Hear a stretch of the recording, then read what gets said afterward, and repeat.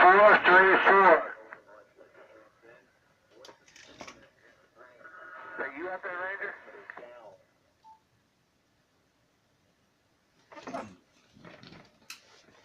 Test, 3434. How about that? 1, 2, test. I hear you knocking, but you can't come in.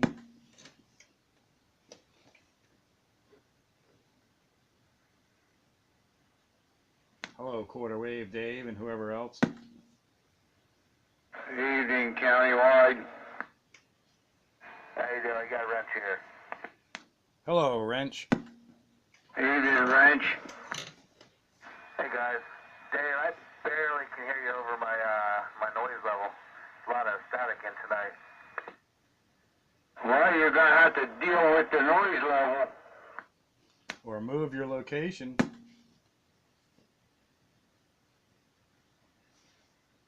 I got no noise at all.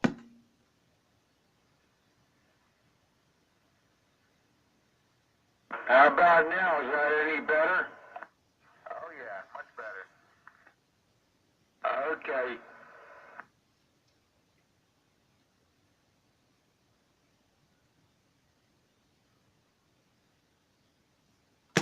Can you hear me? Hey,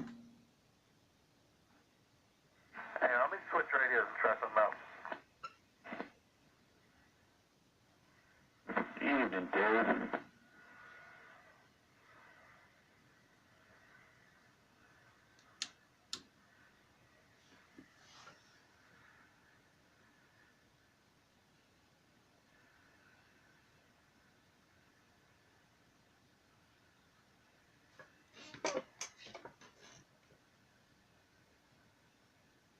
About a 44.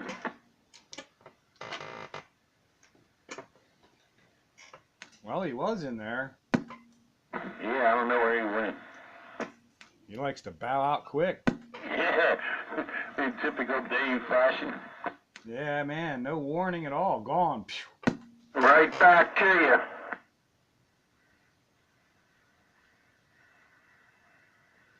And he's back just as quick. I guess they don't hear me. I think that was Blockbuster, was it not? Yes, it is. Oh, I gotta switch antennas then. Ah, that's what it is. How about now? Is that any better? Ah, there you go. Yeah, you came way up. Ted, for a long time since I heard you in there. Yeah, I haven't talked to you for a while. How you been? Doing good. No complaints on this end. How about yourself? Yeah, hanging in there. Tag 4.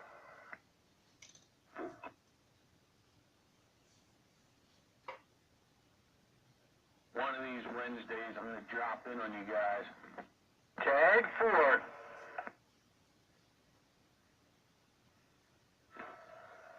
Well, it is Wednesday. So drop on in. Classic Radio Roundup. Yeah, it is Wednesday. It won't be this Wednesday, though, no will. No, it won't. No time like the present.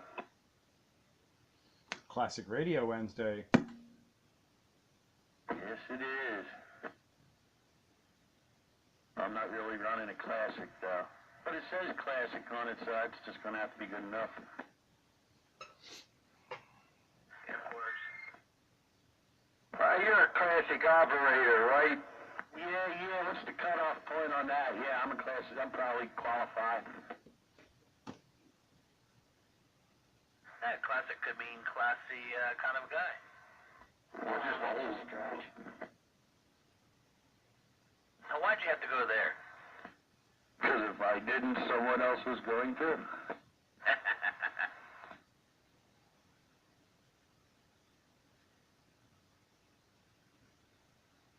It's just a polite way of saying old. That's right. Hey, I resemble that. I think we all do. Hence the classic. Some days more than others.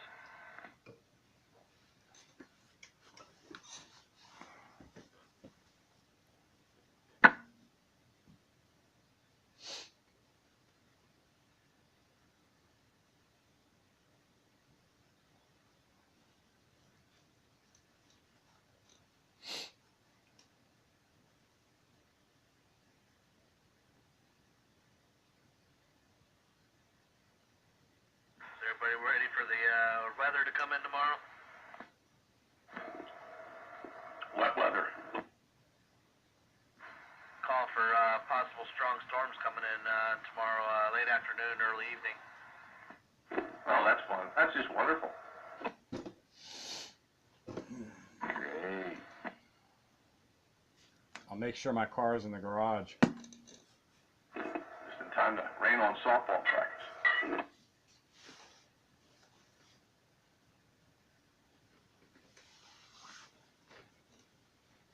But, you know, I think the local weather is probably about, 70-30 been, right on, so we have a good chance of it not showing up. Well, yeah, if it's just an isolated or a scattered thing, you know, it might hit, it might not.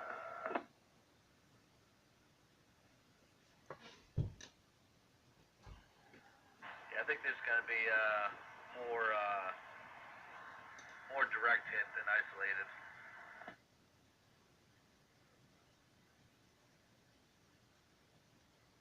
Well, we'll just have to see how things go. Oh, man!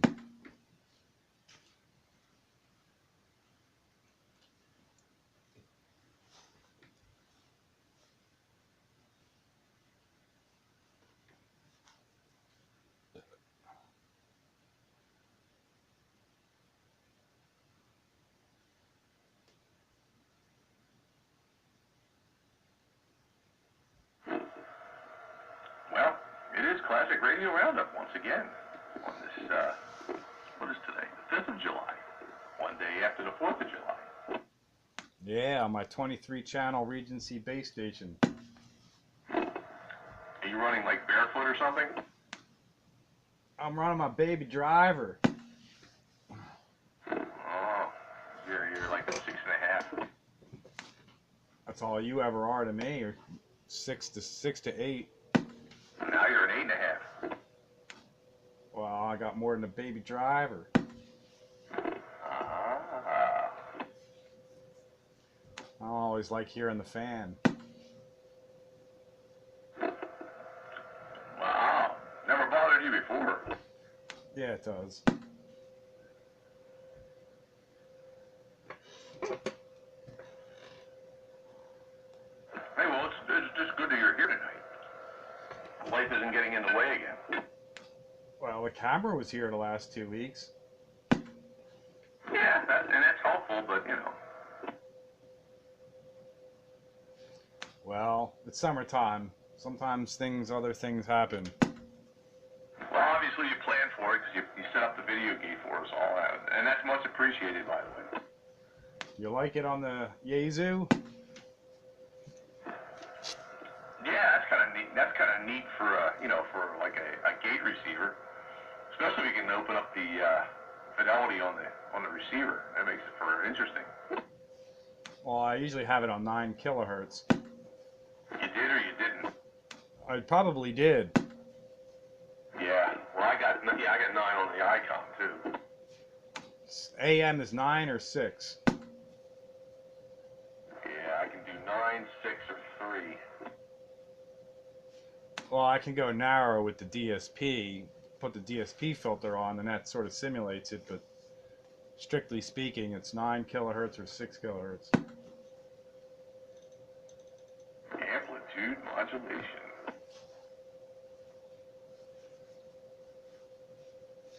Get to watch your audio waveform anyway. The 8B tonight. Figure I give that A79 a rest. CR123B. You get to sit there and watch your audio waveform. Yeah, I haven't had a chance to even go through that gate yet. I've been away. I just got back today. Aha.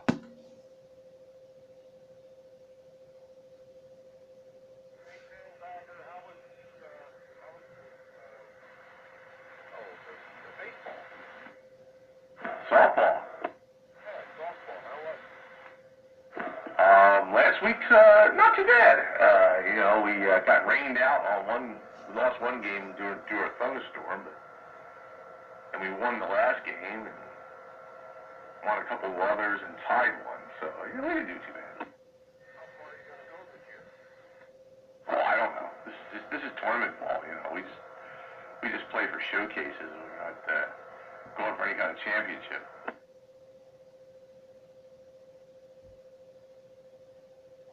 Everybody gets a trophy. Well, no, nobody gets a trophy. Well, it's kind of the same thing. If nobody got a trophy or everybody got a trophy, either everybody got something or everybody got nothing. No, it's more like if you're good, you get a college scholarship. Well, that's better than getting a participation trophy. Yeah. How about a beer at the end of the game is better? Well, you know, that sometimes happens too. Not for the players, though, just for the coaches and, you know, interested parents. Evening, fellas. Hello there, Ranger Rick. Howdy, neighbor. Going on, countywide? Countywide. What's up, Ranger? Ranch?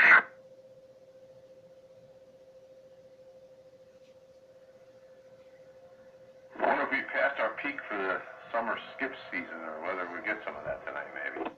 Well, I've been in here off and on since about 6 o'clock, and sounded like the Canucks were coming in for a while. I thought maybe we hear from Brent. There's a whole lot of, hey, way up north, eh? I think them guys were driving through, no doubt. I think Stray Cat's out there now, too. Yeah, I was riding skip a little bit earlier today. I hit Florida, Maine, and Canada today. Yeah, no, that was Canadian skip. There might have been OTH in there too, over the road guys, but nah, it was definitely skipland, northern Canuck fashion coming in. Multiple conversations, and it was skip. That was the good skip, right? I suppose. I mean, any skip is good skip, I guess, unless it's Sweaty Maria and the mariachis, and you know you can't understand them. Yeah, it's garbage. That's floating around in here somewhere. I do like when it runs up north, because that doesn't happen as often. Yeah, when I was talking to Florida this afternoon, he was sounding like he was sitting right next to me. He was hitting me with like a 7 and 8. Yeah, it'll go that way sometimes. Yeah, he was down from Lake Okeechobee down in Florida. And then hit Bangor, Maine, and then somewhere in Canada also today. All right, shooting skip to the cat box. Yes, sir.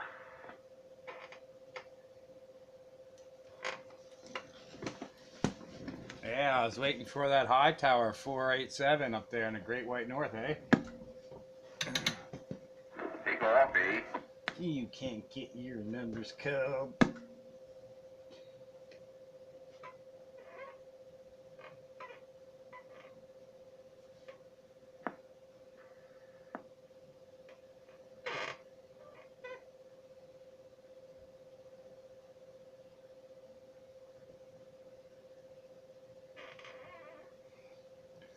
Hello.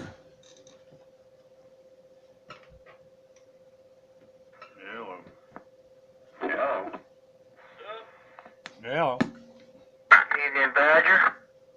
What's going on, people? I'm not going to be here much longer. I started at 20 after 3 this morning, and I get out at 7 o'clock tonight, so my eyes have definitely seen the glory. On the inside of your eyelid? I don't know. I was pushing that 16-hour rule today.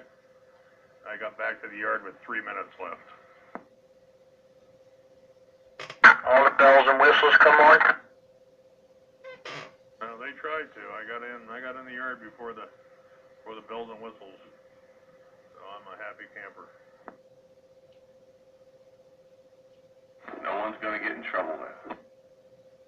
No, it doesn't matter. The last 2 times before that, I ran out long before I got back to the yard, and I just logged myself off the computer and kept on driving.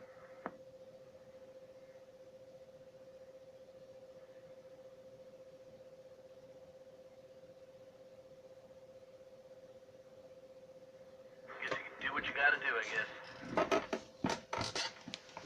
You gotta get home, right? Damn traffic. Well, I thought I did pretty good. My computer said I had an hour and 42 minutes from Vineland, New Jersey back to Limerick. And my GPS said that I wasn't going to be able to make it. So I turned on my smartphone. I said, get me home. And the smartphone came back and said, I can get you back to the yard in an hour and 38 minutes. And it's 4 minutes to spare. So that's the way I went. So I apologize to everybody out there whose backyards I had to drive through. Very good. What app do you use for your phone? Do you use Waze? Nah, I just use Google Maps or whatever it is, the generic program on there. And I have our office set up as a location that comes up every time I start that program. That way, it tells me the quickest and fastest ways to get around things. Cool. Yeah, when you get a chance, if you want to, check out Waze, W-A-Z-E. It's all real time. So as people drive and then they see an accident or whatever, they'll annotate it, and then it'll redirect your route accordingly to bypass heavy traffic and accidents and stuff. Works out pretty decent. Well, the program I have does a pretty good job of that, and it calculates delays as well. So I hit a delay coming off 95 north from the Commodore Barry onto 476, and that, I mean, the amount of delay time I sat in that traffic was actually calculated into my trip, so it did good. I mean, my GPS wanted to run me all the way up 55 to 42 and run 676 and across the Ben Franklin, and I don't like going that way. I'd rather run across the Walt Whitman and then shoot down 291 by the airport, hop on 95. That's still pretty long, and my smartphone said to hop off 55 to 322 west and cross over the Commodore Barry. I did that, and that saved me all sorts of time. That's awesome. So is this tonight? Is this the Classic Radio Roundup? Why, yes. Not yet, or why yes? Yes, it is. Oh, okay, all right. Well, I don't want to disturb you guys, so I'm gonna back out of here and do a little bit more sandbagging before I close my eyes. So who knows? Maybe I'll wake up at 3 o'clock this morning with the radio still on in front of me. As long as you don't fall asleep on the mic key. A couple other guys I know that have done over the years. Perfect double key. Fall asleep with the radio on is okay, as long as you don't roll over and key the microphone. How do you know when a double is perfect? When you come in with somebody like that. Because it could be a triple, too. You never know.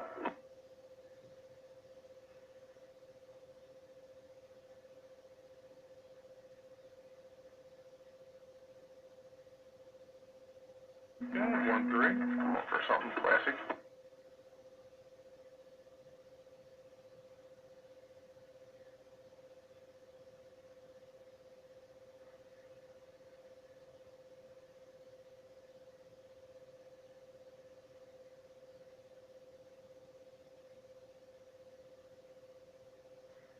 You guys hear the old dog in the shack?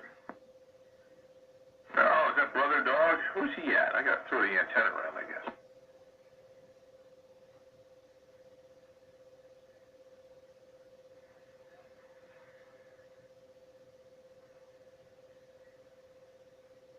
There we go. Now I got him.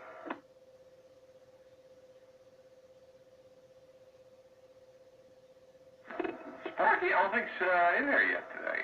I think he might be out doing something else. Huh. Shame on that man.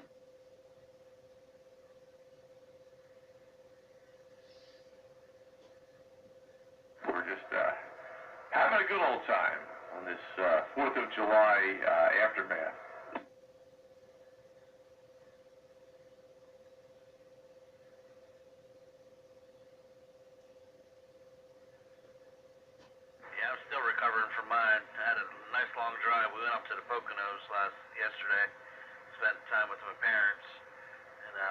fireworks up there, and then drove back. We didn't get home until after midnight last night. Yeah, roger out there, brother dog. No pain, no strain.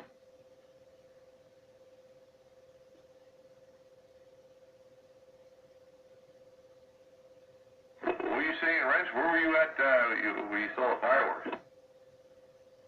Went up to my parents' house up in the Pocono area.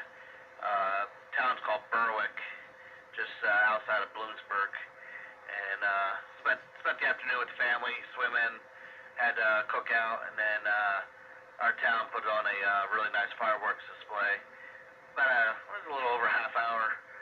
Had a pretty nice midway finale, and then a end of fireworks finale. It was a good time. Had a blast. Yeah, we did. They did the annual fireworks over the lake last night too. We were sitting out in the boat watching that.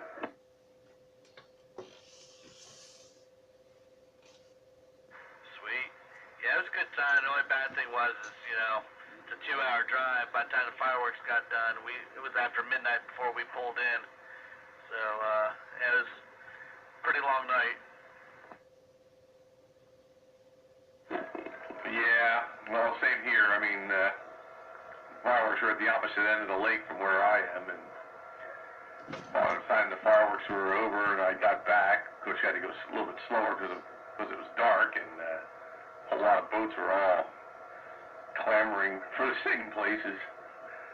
So it was after 11 by the time I got back, and of course I'm not driving home, so we didn't drive home till this morning. Yeah, roger that.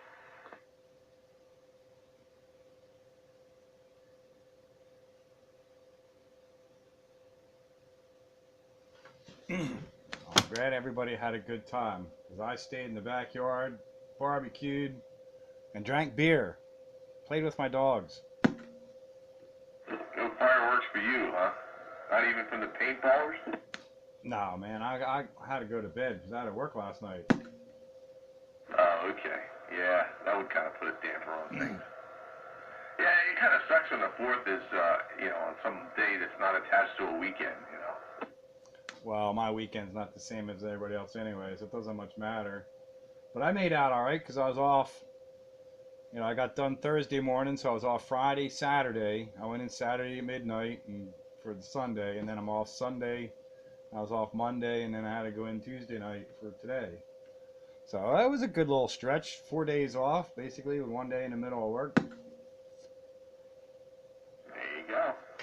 Hey, as long as you're happy. Why'd your signal drop? You spinning your antenna around?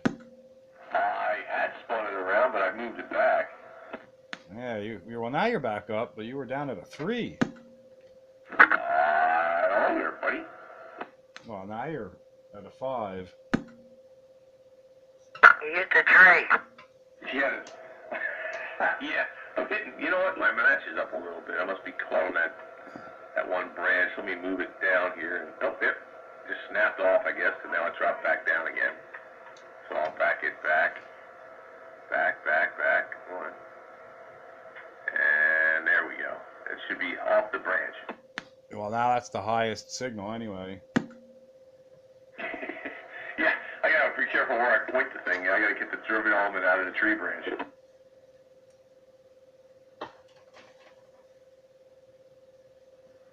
Sounds like you need a pruner to come and solve that situation. Need that guy I had here on Monday morning. Took down my 100-foot beech tree in the back.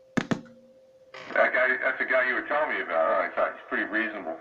Yeah, he was up there swinging around like a monkey, him and his chainsaw, dropping that thing down. And he had it done in 4 hours. Big pile of brush on the ground now. How much did he charge you?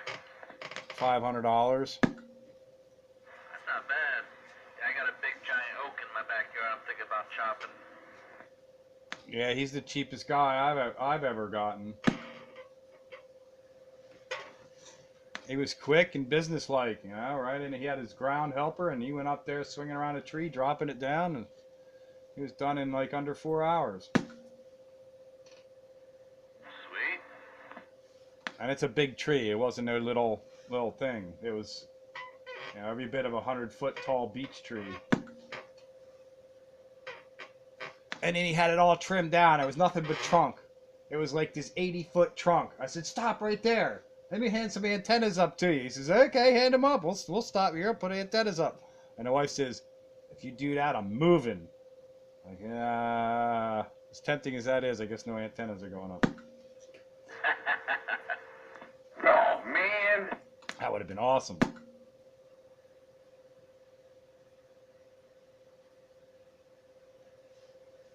Yeah, 80 feet in the air. My IMAX up at 80 feet. I'd take that. Yeah, shame it's not a black locust. It don't need to be a black locust.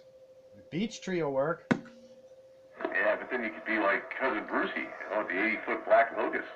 I have an 80-foot beech tree. I'd be like me.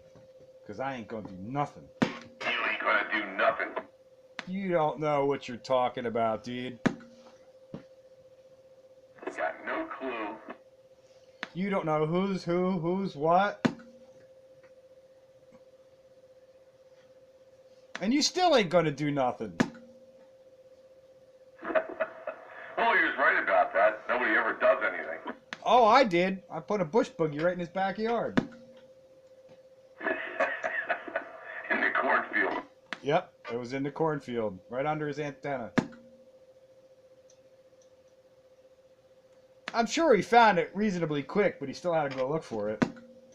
Well, you were just basically returning it to him. He gave it to you, and you just gave it back. Pretty much.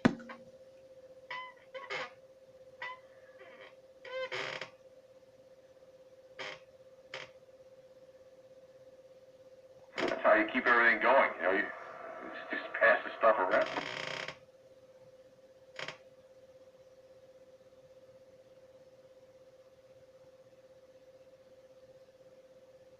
They came down here and right at the paintball field driveway, they strapped a walkie-talkie to the tree. And I had to go find the son of a bitch. And then when I found it, I'm like, all right, I'm going to have to give it back. Yeah, you know, you didn't lose anything. Wasn't yours to begin with. Nope.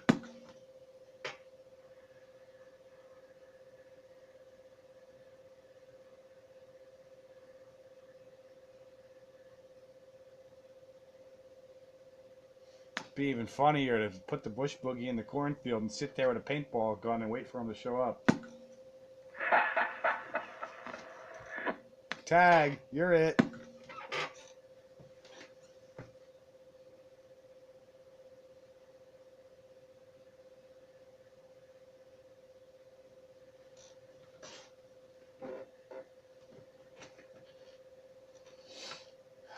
Should have made it a little more challenging and dug a hole in the ground and buried it. Just left a little wire sticking out and wrap it around a stalk of corn or something. That would have made it a little bit harder, wouldn't it? Yeah.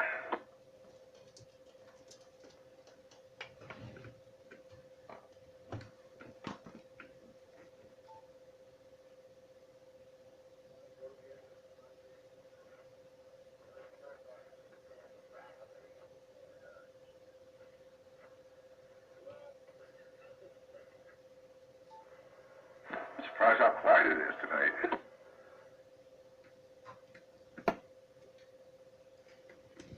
I was in here, Classic Radio Roundup warm-up session all by myself. I was getting a little worried, and even 8 o'clock, it was still kind of quiet. I mean, I got my usual noise level, but I don't hear anything else other than that.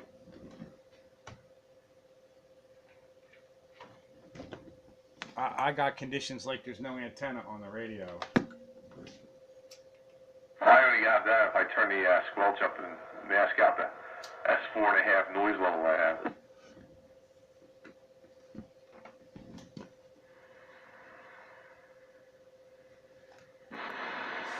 I don't know what my deal is. I got a lot coming in. I have just under a pound coming in right now. I got to hit a preamp and turn the volume up to get any noise.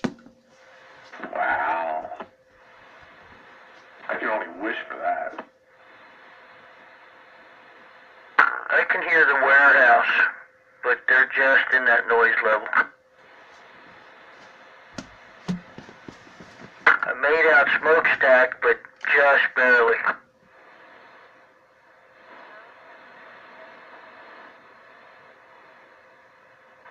I don't know, maybe trees generate noise. Maybe that's my problem. I just gotta get rid of this tree. Hey, I finally put a call in with MedEd. I'm sick and tired of it. Today's the first time my wife was able to watch Channel 6 in almost 3 weeks. Oh, yeah, there's something going on with you. You've got some kind of electrical interference. Comes and goes. Yeah, I mean, it's pretty quiet tonight. This is actually, I haven't even been on the roundup for a couple of weeks because it's been so damn noisy up here.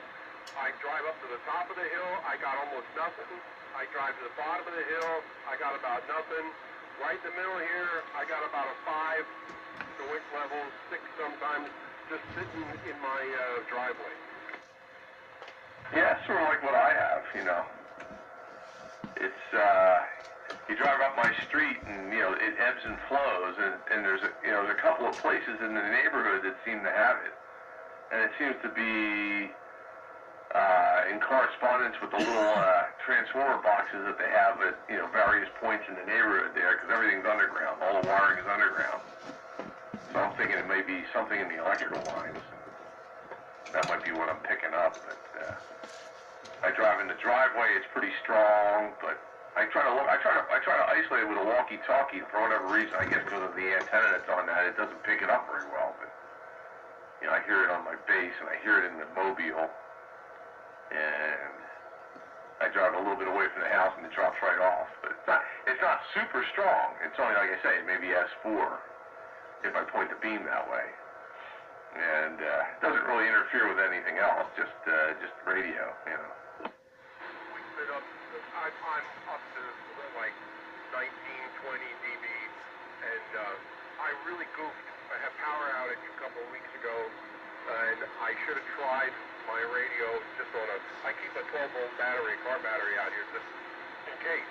And as a matter of fact, I've cut my own power and checked with my radio on the same antenna, but on, just battery power, and I have the same amount of interference.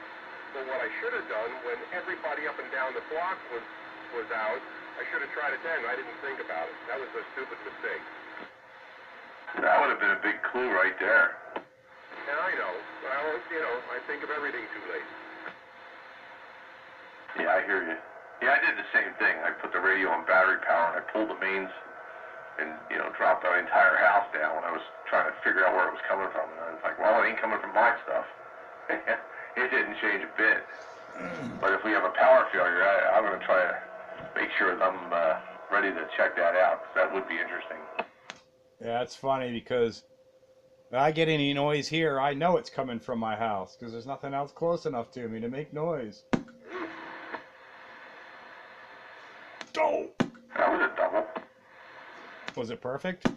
No, it wasn't quite perfect, but it was a double.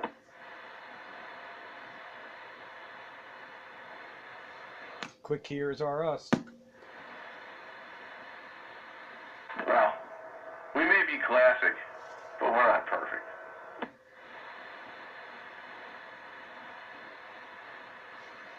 Yeah, I have the opposite kind of problem. But it's easy. Whenever I have noise here, I know it's coming from my house because there's nothing else close enough to me. Well, you got electrical lines. I'll never hear nothing. Well, actually, I did hear it one time when the line came off the insulator and was arcing and sparking on the metal. Yeah, so I mean, those electrical lines are big, huge antennas, and when you got a spark gap somewhere, Oh, that one I heard. It has to be major failure type proportions for me to hear any kind of noise at all. Or some new widget the wife has.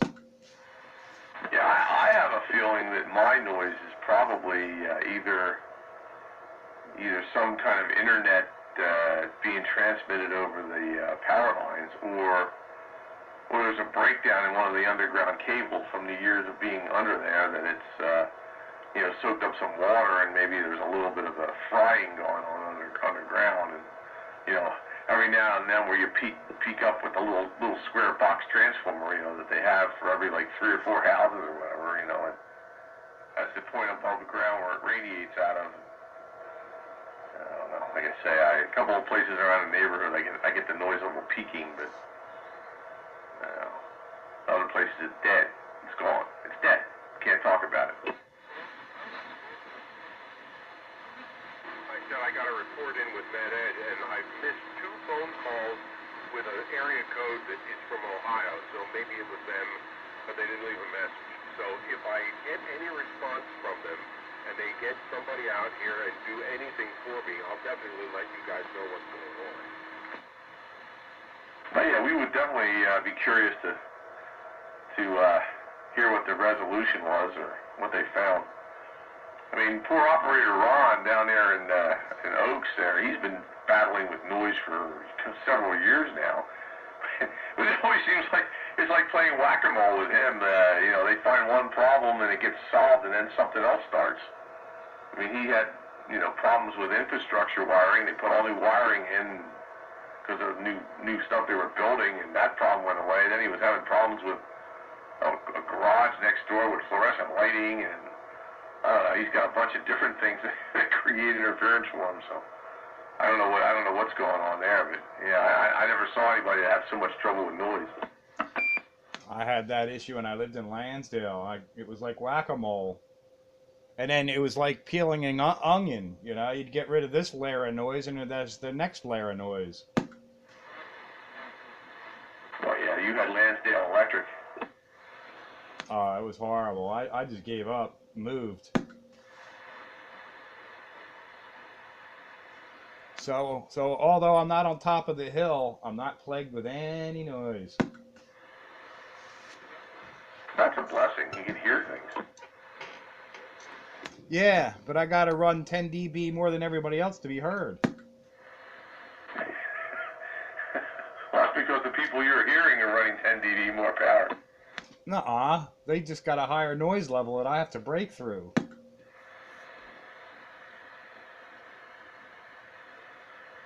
I saw something the other day that was really funny. My noise level was so high that when somebody close to me keyed, it went down. What, on another channel? No, on my channel.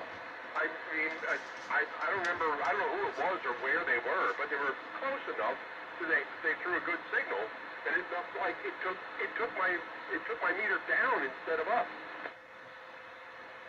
Took it down?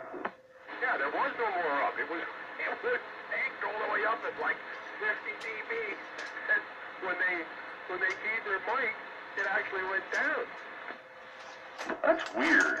I mean, if their signal is weaker than the noise level, if you got that much noise where it's up in the red like that, I don't see how anybody could get over it. Unless it was somebody that was that close to me. Something strange going on there.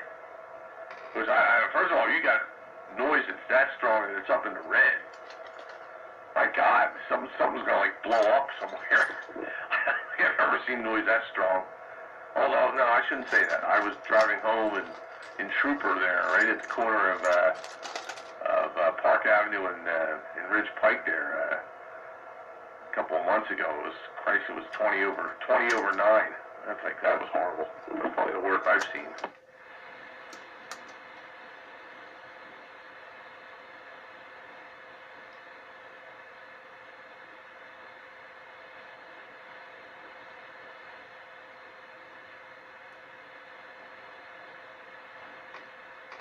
Hey, Ranger, you there?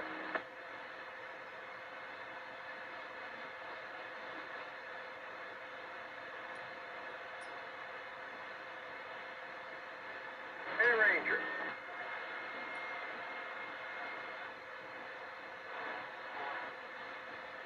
He was. He must have stepped out. Yeah, I just wanted to let him know his buddy, is it K1?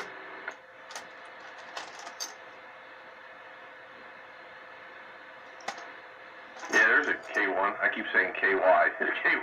Man. Yeah, I think it's K1 that I hear him talking to sometimes. and sometimes he's on the fringe, I can hardly hear him. But Sunday night, I turned the radio on, and I heard him getting the DX going, and it was really unusual because I was picking him up where a lot of times on a Wednesday night I can hardly hear him. Yeah, it all depends on where he parks, because he's mobile. And if he finds a good spot, then he comes in really well. But if he doesn't, then none of us, well, I shouldn't say none of us, but few of us can hear him. Sparky usually can, because I think he's up closer to that way. But I can't hear him unless he's on a good spot. Well, then he might have been up closer to Boyertown or something like that, you know, and that's why I picked him up. I usually hear him pretty well. Yeah, because you have no noise. Lucky you.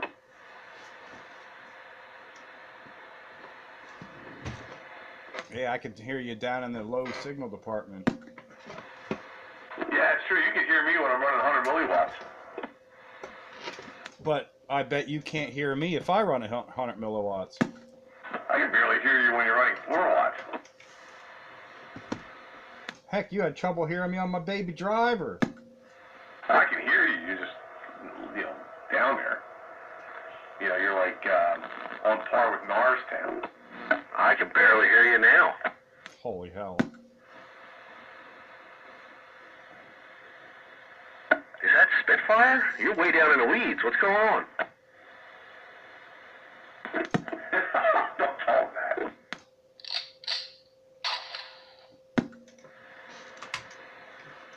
Couldn't make out a thing. You're right at the noise level, man. You're down in the dicky weeds.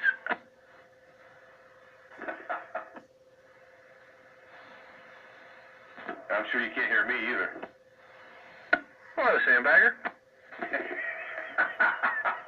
What are you laughing at, Sandbagger? You ghost talking? Yeah, I think I am. Yeah, we're hitting the drinks early tonight, huh? Hey, better early than not at all.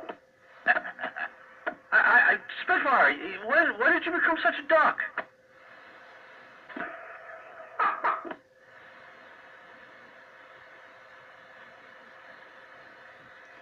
Countywide. I'm just making up for my incapability of flipping any switches at the moment. Yeah, I know. You're just tickling him. Just tickling the surface.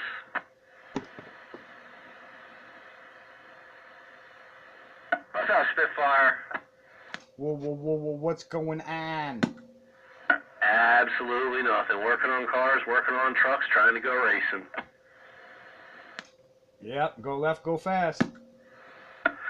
No, that's not me. That's the driver. That's my son.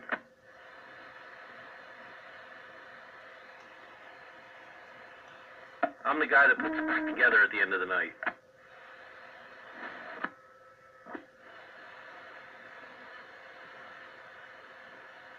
Just a baby duck. What was that? He's just a baby duck, running his baby driver. I don't even have a baby driver on now. I think I'm pushing stop. Oh, no. And you're exact same signal as Sandbagger.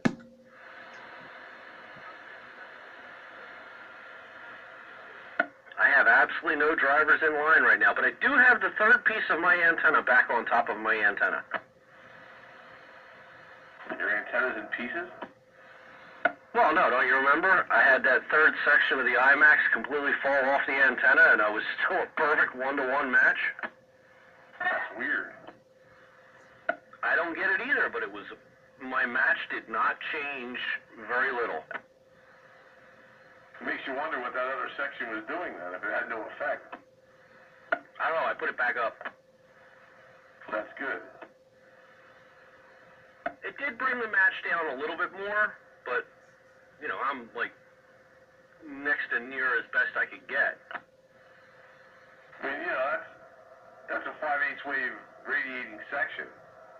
And if you lose a significant chunk of it, it's going to be, I can't see how it's possible that the match stays good. Well, if I ever get back up there, I'll unscrew it. I'll come down here, take a picture of my meter, and then I'll put it back up so I can show you. It really wasn't a bad match. I wonder if the sizes are set up purposely so that if you only have two, you get get like a quarter wave or something. Well, you know, it's possible that the matching section worked for that. Just, yeah. It is, the efficiency obviously probably won't be there. Signals will be less, put out less. But yeah, maybe you're right. Maybe coincidentally it matches it up as a 3/8 wave or something. Those have a load on them? Well, that's what I was thinking. It was like knocked it down to a half wave or something. Yeah. Yeah, I had an IMAX 2000, but now I got an A99. I have a Mako V500. I just haven't put it up yet. Yeah, that's a good antenna. Yeah, I got one on the ground in the backyard. What do you like? Do you like the V500 better or the IMAX? Well, I actually have a V5.8. The survivability in the woods is much better for the fiberglass antenna than the aluminum ground planes. They get beat up back here in the woods. Right, but I'm talking for receive and transmit, the difference between fiberglass and aluminum. I would prefer an aluminum ground plane, but given reality, I got to go with the IMAX because they get beat up in the woods and still work. The aluminum antennas get beat up and fall apart. Copy that. Yeah, I've just been dragging my feet because of racing season to put the other one up. To be honest, I've had them both up here, you know, at times, and I can't really tell a real world difference between either one of them. I'm real happy with the IMAX. I want more receive. Well, then you need either a beam or you need to co-phase them. You need more gain. That's how you get more receive. More antenna. More watts. Well, I have that 2-element beam. I haven't put that up yet either. Forward gain comes from the wall socket. Back rejection comes from the antenna. That's right. All right, gentlemen. Well, I figured I'd just peek my head in here since I heard everybody on, but I just got back into the house, and I think it's time for me to go eat some food. Countywide. Yeah, don't let us hold you back from food. Yum, food is good. Yeah, if I keep eating the way I do, I won't be a fat man. You don't want to do that. Fat man and a little boy. Yeah, that could be the name of my racing team, because my kid weighs like 90 pounds soaking wet. There you go, fat man and a little boy.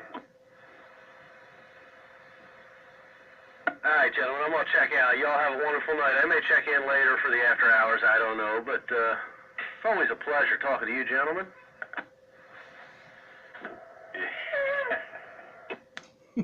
See you later, Tickle. Countywide.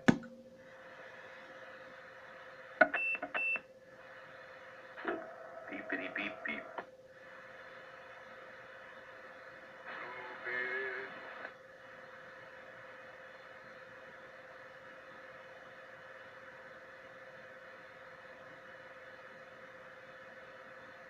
Oh, bummer.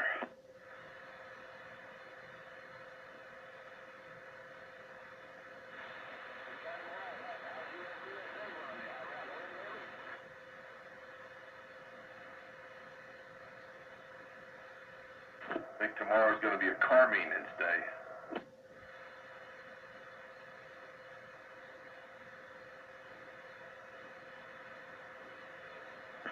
Thanks for reminding me. I got to change the oil in the truck. Friday was a wash the bike day. Yeah, I got to change the oil in the wife's car, change the transmission fluid, and put a set of brakes on it. Ooh, good times. Countywide. Radio. Can you hear Stray Cat? No, is he in there? Yes, he is. Oh, what did his antenna fall down? He was trying to call you. Where you at, Stray Cat?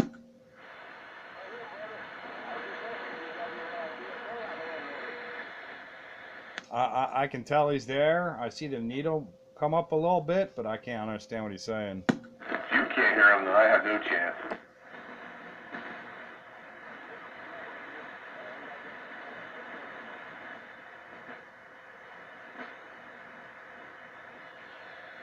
He was asking about your BSA, if you had it out lately. Yeah, Friday I took it around the block to warm it up so I could change the oil.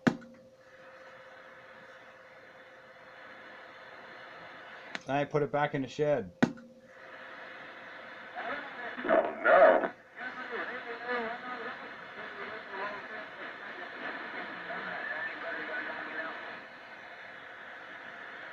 I can sort of hear you, but if there's any noise at all, it takes you right out. I don't know why you're so weak.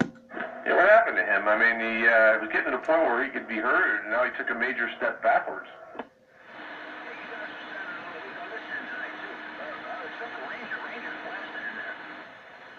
I think your antenna fell over. Got a breaker out there in the distance.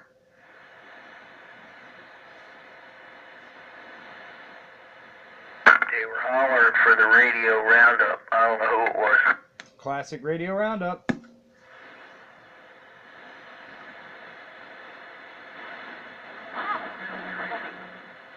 Channel 13, 27.115. On your AM dial. I got about a 4 on you, Stray Cat.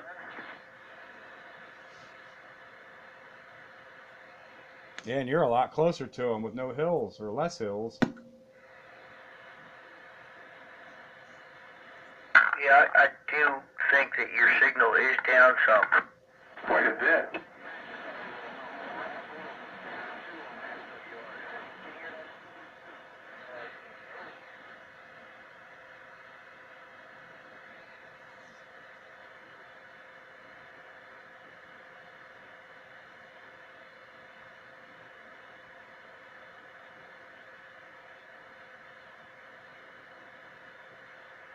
Yeah, I gotta change the oil on the truck, and then the wife and kids are going on vacation on the 17th. I need to get her car all checked out and ready to go. Oil change, check her fluids and everything. You can do the universals in my truck if you want. That's another job I gotta do. What's that? Universals. So I know last time I came back from after I pulled the boat up to the lake, I had the truck up to like 70 mile an hour, and I backed off, and I felt this vibration back there. I'm thinking, ooh, that might be U-joints. Yeah, I have the same vibration.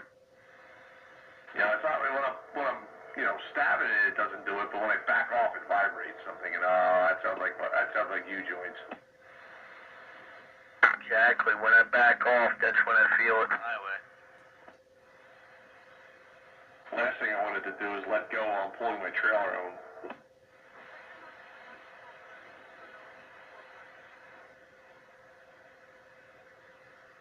I mean, there's some vibration during acceleration, but not as much as when you let off. Yeah, well, that's what it is with me. It's pretty fine, and you got the 70, 75 mile an hour, and then back off, it vibrated like crazy. I'm like, I don't remember ever doing that before. I have the noise when I pull out. I can hear it go, that little twing sound. Oh, yeah. Like it wants to give. Yeah, my old truck did that when the U-joint went bad.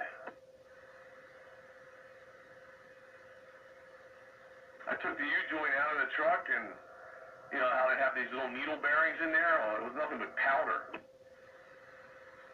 Yeah, I went out and I got them. I just got to put them in, but other than that, all the ones that are on here don't have the grease fitting, so I can't grease them. I don't like that, so I'm putting in ones with grease fittings. Yeah, mine's the same way. You can't grease them. So, I don't know. I'll try to see if I can get heavy-duty replacements with grease fittings, and I'll just keep them greased. Yeah,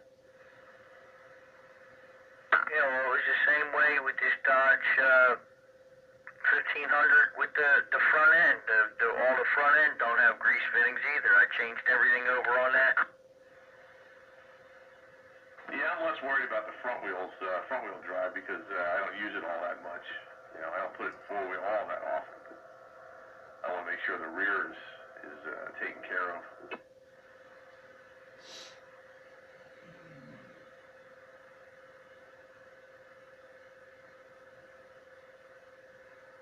My truck's 20 years old, but it's only got 52,000 miles on it. But most of that's pulling.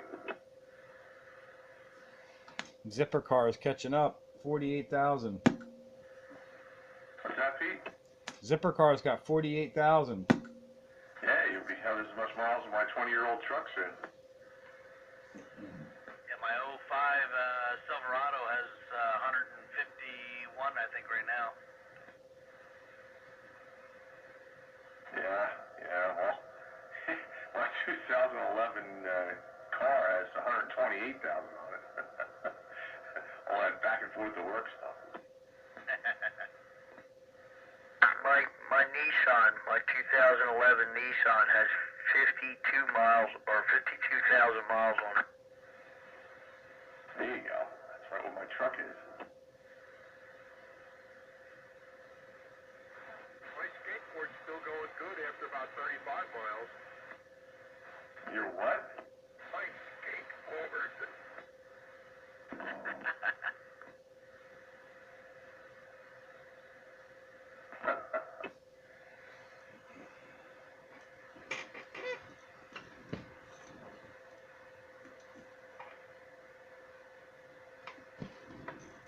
The Fred Flintstone mobile. Yabba dabba doo.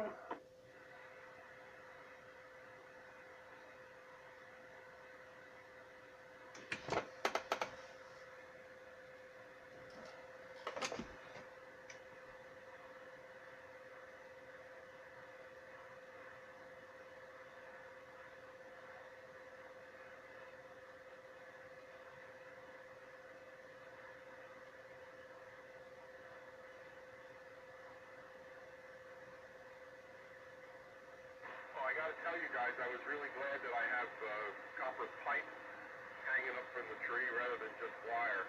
I had 3 branches that broke off, and each one of them must have whacked into the chain pole, but nothing happened. It just swayed the breeze, and it's still fine.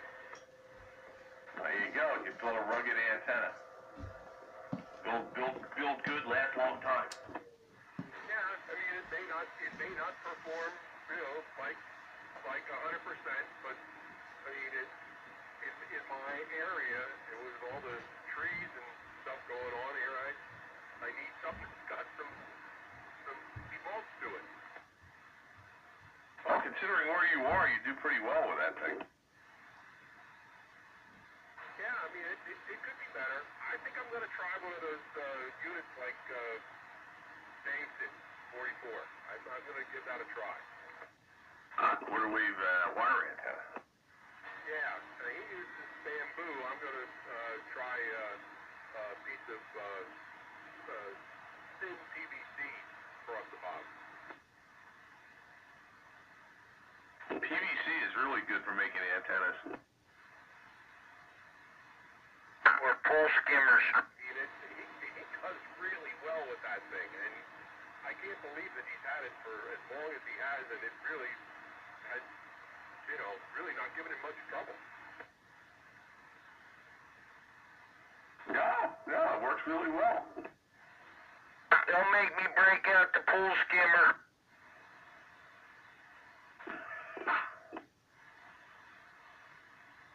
Is that directional? No, that's multi-directional. Yeah, it's kind of waterlogged though. Makes your toes tingle when you see the mic. I put it out there in the old umbrella stand, and that's it, right off the ground.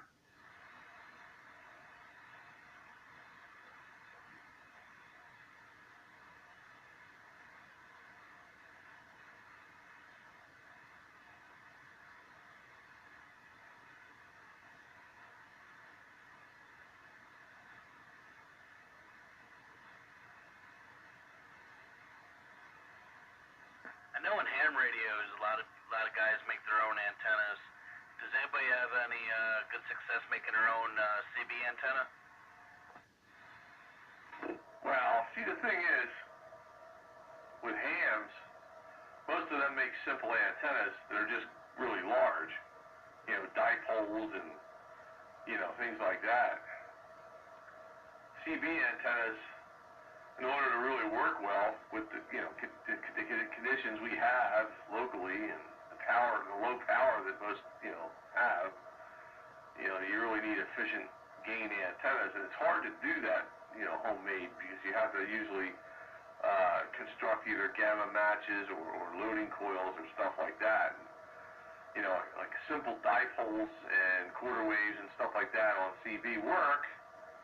But if you want maximum performance, you know, it's usually not the way to go. Okay, yeah, that makes sense.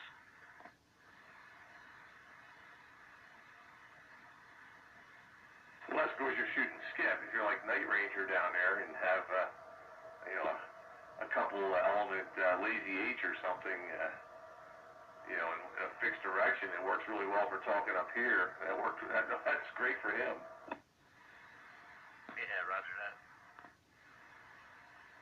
But I'm sure it doesn't do so well for his locals. Really good for skip.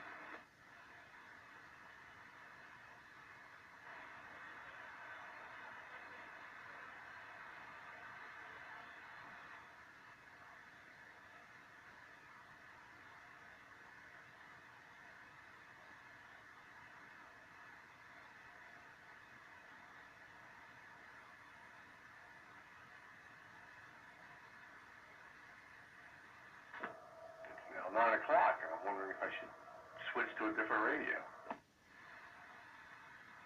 Well, why not? Oh yeah, why not? Then the question becomes, which one? Why don't you break it down into 15-minute sessions? That becomes too hard to deal with. You need more equipment.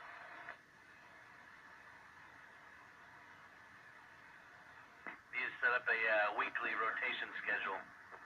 Get them all their exercises. Well, yeah.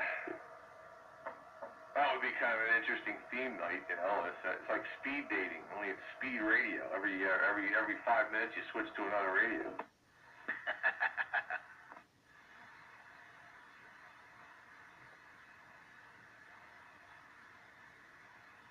313 radio check. Up here with some weak audio.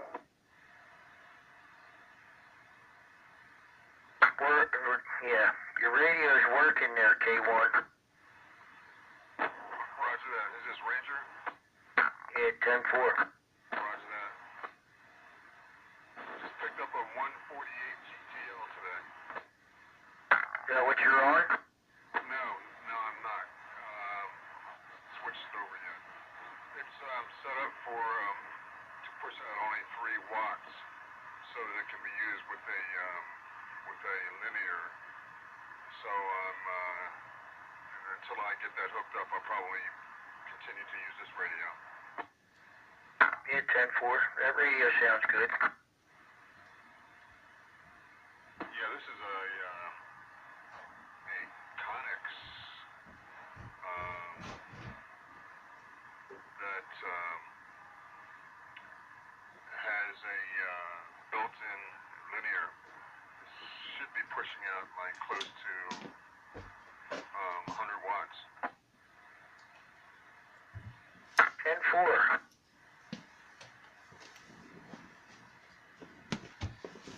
AK1, you got a copy on the blue list? I keep finding these radios at these flea markets. I must have close to 10 radios now, Ranger. Yeah, I like the 148. I have one. It needs a little work, but I have one. I've had one for years. Roger that. Yeah, I still haven't gotten my Sears Road Talker bass from R&R yet. They've had it for close to 2 months now. Yeah, 10-4. Can you hear, what's that, Blue Max out there?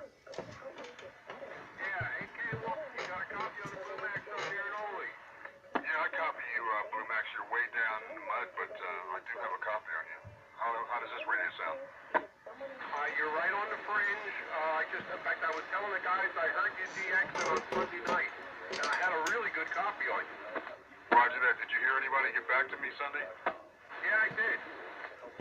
I'm telling you, Sunday was unbelievable. I was getting to, I got to Tennessee, to Louisiana, Georgia. It was just, I just couldn't believe what was happening. I don't know when I was DXing all day, so I don't know what time you caught my transmissions, but it was just unbelievable for me that day. Yeah, in fact, I'm getting you a little bit better right now. I don't know if you're moving or not, but it was around 6 o'clock in the evening, and I don't remember where you were talking, but I had a good copy on both of you, and that usually doesn't happen. Usually, if somebody's talking skip from, locally here, you can't hear them, but you can hear the guy in Illinois. But I heard both of you. Roger that. Yep. That is unusual. I've experienced the same thing. And you know what else is interesting? That sometimes you can hear somebody from some skip that's coming in your radio like he's sitting right next to you, and he can't hear you no matter how hard you try. And other times you can get right to him. It's amazing. Yeah, that's the beauty of it. That's right. I wouldn't call it beauty. It's the frustration of it. Yeah, but if you could make a contact with anybody everywhere all the time, it wouldn't be anywhere near as much fun. That's right. It's the challenge that makes it fun. I mean, I really can't wait to really put my, put that IMAX 2000 up and put a bigger kicker on it. Now, that guy, Street Sweeper, who's on just about every day, he's running an IMAX 2000 and and 250 watts, but he's talking crazy to everybody. What's your 20 right now? I'm at the Walmart in East Greenville, sitting in the parking lot. Okay, I got a much better copy on you than I normally do. A lot of times on Wednesday night, I can just barely see the needle move, but I can't make you out. Yeah, well, this is a different radio. I don't think I've been on Wednesday night with this radio. Did I hear you say it has a built-in helper? Yeah, it does. It has a built-in helper. It's really a good radio. It's a talking radio. I mean, I've been talking to people all over the country. It's just, I love this radio. And it's still not big enough for me. I gotta make it bigger. The never-ending quest for watts. Never-ending quest. Just like you said. A never-ending quest. My little radio wants to grow up and be a big radio. I also know how that story usually ends. Yep, you got a baby driver and a bigger driver. It never ends, does it? Oh, it ends. It can end rather painfully, or it can end kind of peacefully, depending on when you finally decide to say quit. Or it could be a 30-year continuum of, man, if I could just get a little bit more. I say that every day. If I could just get a little bit more. I'm at a good level now. Any more, there'd be little gain for crazy money, so I'm good where I'm at. Yeah, roger that. Yeah, I met somebody today who wants to sell me a 250-watt linear for $100. So he's supposed to bring it to me on next Wednesday. Well, A, make sure it works, and B, make sure you got enough power supply to support it. Because if you ain't got enough power supply, you ain't going to make the watts. Yeah, roger that. I've got like 4 power supplies. I've got one 25 amp, I've got one 19 amp, and I've got about 2 10 amp power supplies. Well, I don't know if that's 250 watt carrier or 250 watt peak, but there's a huge difference between the two. But You'll be taxing out that 20 amp power supply on the 250 watt amp. Yeah, what should I use? Drop trailer with a diesel generator in it. For 250 watts, at least a 50 amp supply. Roger that. I'll start looking for one. Because I do flea markets just about every day. You know, my store is open Friday, Saturday, and Sunday at Quakertown, and I do flea markets during the day. I go to auctions and buy stuff and do the yard sales, buy stuff, and I take it to all the flea markets that are daily throughout the area, and that's how I make my living right now until I finish school.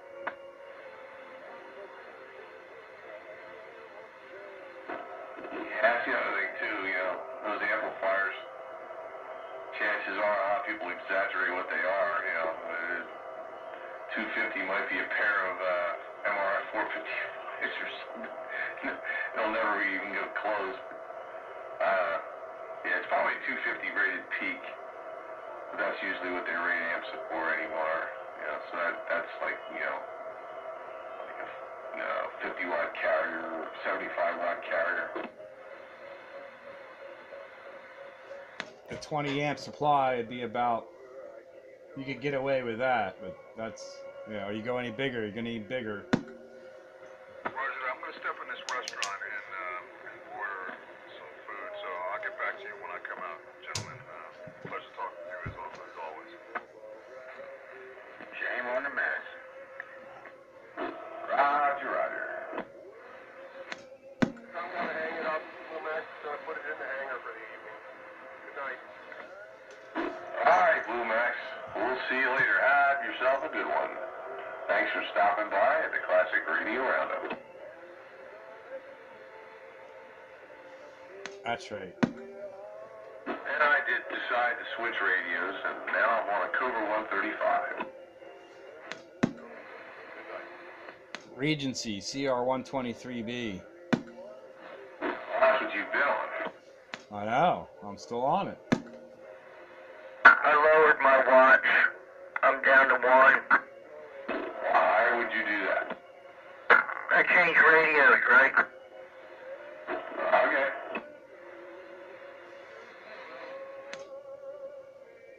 I'm running about fire chicken power, a little over 100 watts carrier. Yeah, on this radio, you're S9. Oh, you're awful loud up here in Norristown. Yeah, there's Norristown's last holdout. What's going on, Floyd? Countywide, 441. How you been, Rascal? Oh, I'm doing good, man. I'm up here in the hills living the dream. I heard that. Nice up in the hills. That's right. I'm up there all day long cutting grass. All up in Lower Providence and Collegeville and Swanksville, Evansburg Park. I'm all over the place. Limerick.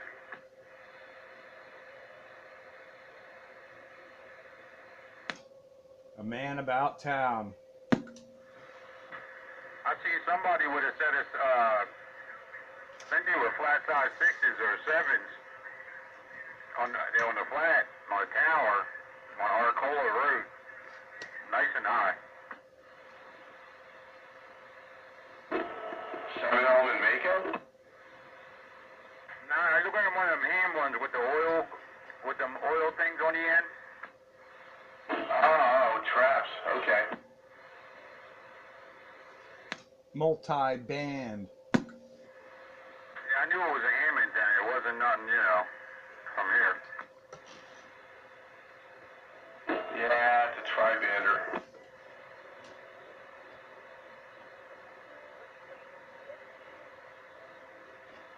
But duck.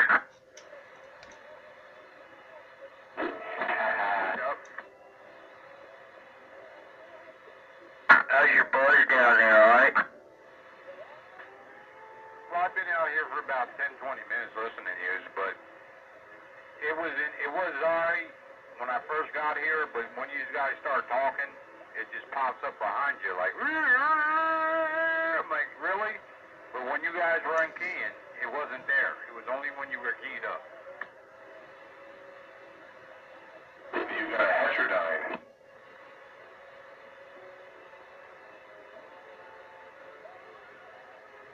This channel's the worst, right? Yeah, this is where I get it at the worst. Every other channel, not at all, like this one. Sometimes I get it on 17. What's that, the train? Yeah, I'm over the mountain from it.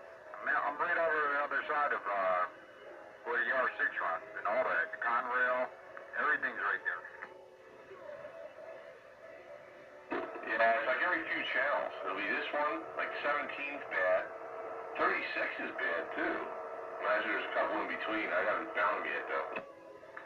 Yo, you ever heard of a super swamper ground plane? I heard the name, but I don't know anything about it. It was made by Hustler. I got one of them over here. I found out. I didn't know I had it. I kept looking at it, and I seen a name on there, and I punched it up and found that it's vintage. I found all the parts to it, and I got it together. I don't have it up yet, but it's all together. It's some type of .64 wavelength. They're saying it's like in a 5/8 ground plane. You know, you got a 5/8. Well, they're saying this is a .64. But they also, I looked up more information on it, and it's saying that it's in the class of the 5/8, but it's just another way of saying it. I don't know. Yeah, .64 is just a slightly larger version. The 5/8 wave is usually about 20 feet, and the .64s are like 23 feet. 22 and 5/8. I mean, 22 and 5 inches. Yeah, that's what they consider a .64. Yeah. Yeah, I didn't even know I had it. I want to try it out. I don't know who I got it from. And 5/8 is .625. That's right. Yeah, I don't know why they had it written like that, though. They should have just said it was a 5/8 wave. It had me, like, skeptical. What the hell does that mean? There's probably no real difference in the real world. It's an old antenna, man. If you look it up, it's from back in the day. It's very vintage. They had nothing but good talk about it. I looked at all the comments on it that people that had it. They said they liked it. Yeah, it's a good antenna, you know, it's made back in the day. Like the penetrator. Yeah, I think they're like 22.5. That's what mine is, 22.5. Yeah, that's one of the best antennas you can get anymore. If you can find one. I got the one with the cone shape at the bottom and a long stick that goes up the center. I got it from Danny. Oh no, Goose. You remember that one? I can't think of the name of it. The one I have is called a Salute, but they have another one that's like, it's a replica of it. And I forget the name of it. It ain't no good. Throw it out the window. Yeah, hook it up to trail volts. It worked really good. That sucker's tall as shit, too. It's got a long ass stinger on it. I don't know. I gotta look at it, because, I did something to it. I think someone with the SWRs was acting weird. How's this thing making the trip up there, anyway? You're about S8 on my meter. Okay, I'm gonna do something. Hold on. What did that do right there? That's about a 5. You're just above my noise level. Hey, okay. That's all we needed to know. Yeah, that thing's working really well. Yeah, it's one of my old boxes, man. You ain't gonna believe what I did. I need a fan for this power supply. It fell off the shelf last night. I just found it just today like that. And it bent the back plate. So I just took it apart earlier. That damn thing has so much dirt and dust up in there, I gotta blow it out. I couldn't believe all the dust in there. That's one thing about fans, you know, drawing air into the thing, then it's going to suck the dust in too. I mean, it was talk about dust burning heaven. Yeah, get the shop back out and take care of business. Yeah, I'm gonna take it out to the garage and blow it out with my little compressor. Put it on some light air. That's a good idea. That'll blow it right out. Oh, I got it apart of it. I gotta find a fan for it. It's really small. It broke the fan in half. Oh, well, there's all kinds of fans out there. They're usually fairly cheap too. Usually for computer power supplies and whatnot. Well, I bought this at R&R. It's one of them mean wells or something. And I'm gonna call them and see if they have it. They probably have the actual fan for it. Yeah, they might have it, but they'll probably charge you $50 for it or something, or $30 or some ungodly number like that. Yeah, I should just look it up, like, because I got the label there. I should just look it up, see how much if I can put Amazon it or something. Yeah, all you need is the dimensions to the fan, and then you can just order one online. You can get it for like $5 or something.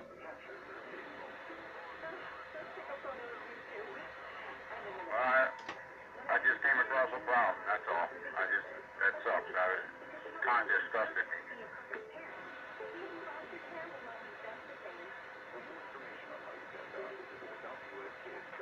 But you always gotta have backup, always don't forget that. Yeah, or backups for your backups. Yeah, backup for your backup.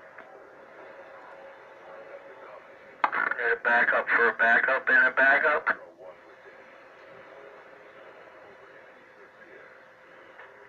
There might be another train coming in. I'm starting to hear that shit. Break, Ranger. Come on. Yeah, I got a question about, remember I told you about the mobile hookup I'm going to do with the IMAX 2000, just take it to high ground and set it up. I was wondering about grounding that antenna. It's recommended that you drive a stake 8 foot into the ground. Is that really necessary? Those Cheez-Its.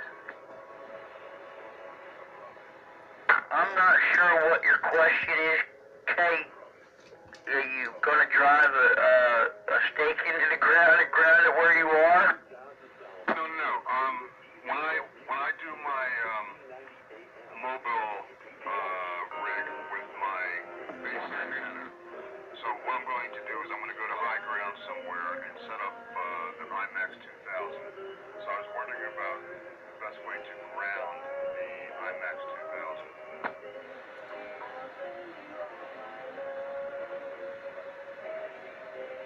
Well, I don't rightfully know. Maybe you could ask somebody else. Anybody else have the answer to that question? Now, this is something you're going to move, though. Eventually, you're going to keep moving it. Right, correct. What does he want to do? He wants to put an IMAX and transmit where he goes to park. Yeah, there's no reason why he can't do that.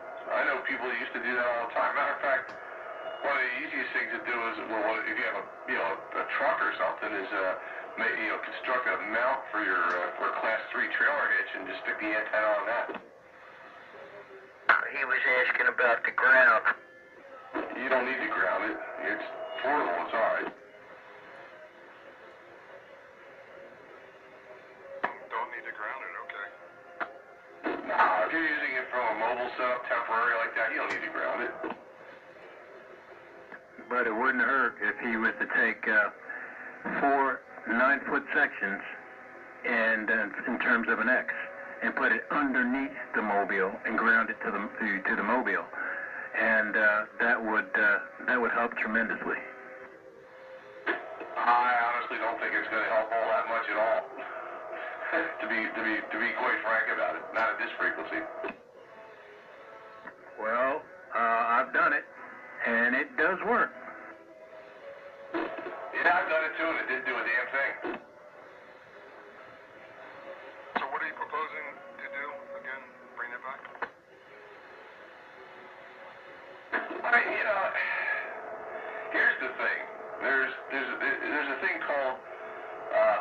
diminishing returns. Will it make your match a little better? Will it help your ground wave a little bit? Maybe. But is it going to be that noticeable? Probably not.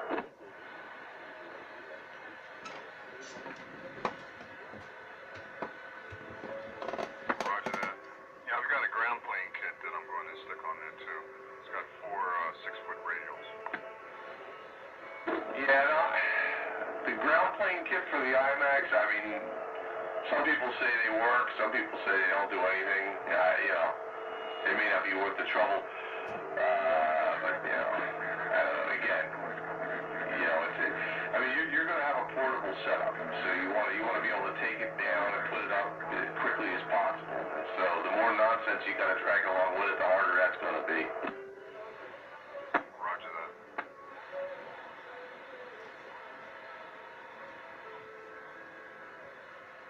Now, you know, if you're going to do it on a permanent location in the house, and by all means, you know, ground the living crap out of it.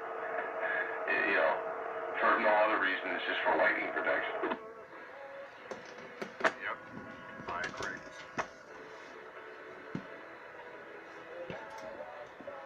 Well, I thought that was a necessary component of transmitting to have it grounded.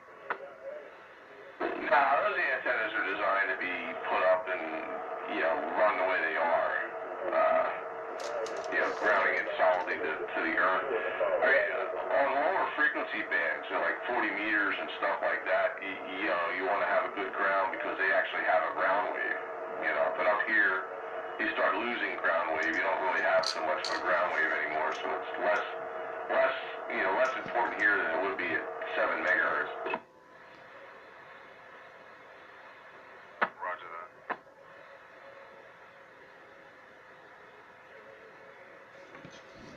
that. At 7 megahertz, though, you can get away with a 33-foot quarter-wave vertical stuck in the ground. Put a bunch of wire 33 feet long on the ground. Start transmitting all over the place, like even as far away as New Zealand. Oh yeah, it works great down there. Yeah, antennas mounted on the ground. Hence the name ground plane. What do you mean mounted on the ground? You mean laying down on the ground? No, it's a quarter-wave vertical. The base of it is on the ground. Oh, okay. And the counterpoise radials are just, you know, at the ground or buried slightly underneath it, depending on how you want to set it up. Well, they start out on top, but after years of being there, they're buried. Under all those decayed leaves and everything else. That's right. I just think it's funny, a 33-foot ground-mounted vertical. I could talk to New Zealand on it. You can talk anywhere with the right conditions. Well, it's, of course, the conditions, but still. The antenna's mounted on the ground. Well, you know, when you're talking skywave, does it really matter where your antenna is? What's 10 more feet when you're going up into the air? Yeah, it doesn't matter. Not when it comes to verticals. Horizontals, now it's another story. Yeah, but, well, yeah, it's all about radiation angle, but, you know, you're talking local like this on a CB band, and you want to get it up high so you clear all the obstacles, but when you're talking skywave, it's, you know, height doesn't really matter all that much except for takeoff angle.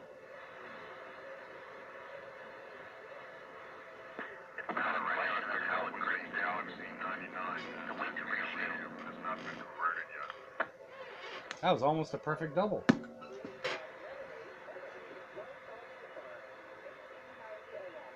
That's the perfect what? Perfect double. Yep. Yes, it is. Yeah, double.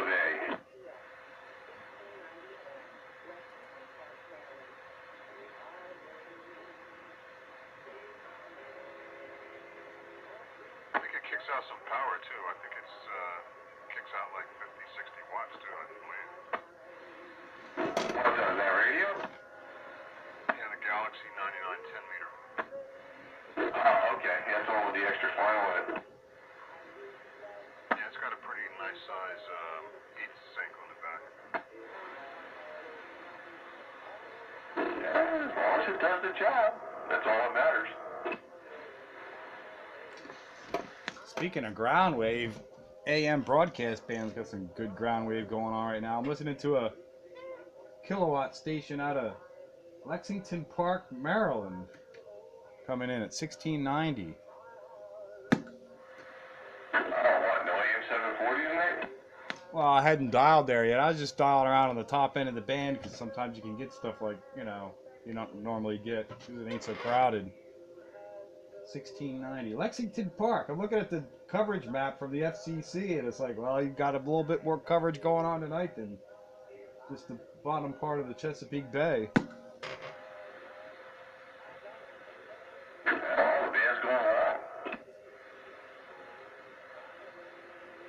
I also picked up a couple of those handheld Bofun 2-meter and FM radios. Those cheap Chinese radios. Yeah, they sent me a programming cable that doesn't work, so it's just sitting there waiting to be programmed. Good old Chinese. We give you one program cable. It does not work. That's extra charge. Well, you could program it by, in the radio itself, but it's a long, tedious process to do that. When you have the cable operating properly, you connect it to your computer, and you can download everything.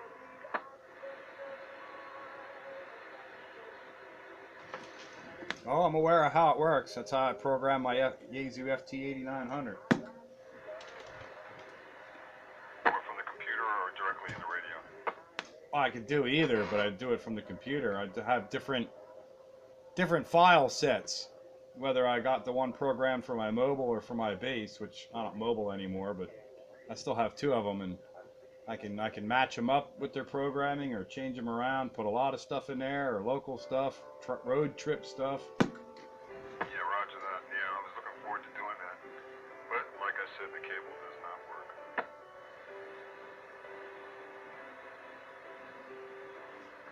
It's a good quality Chinese junk. Yeah, me and my Bail Fang just got down.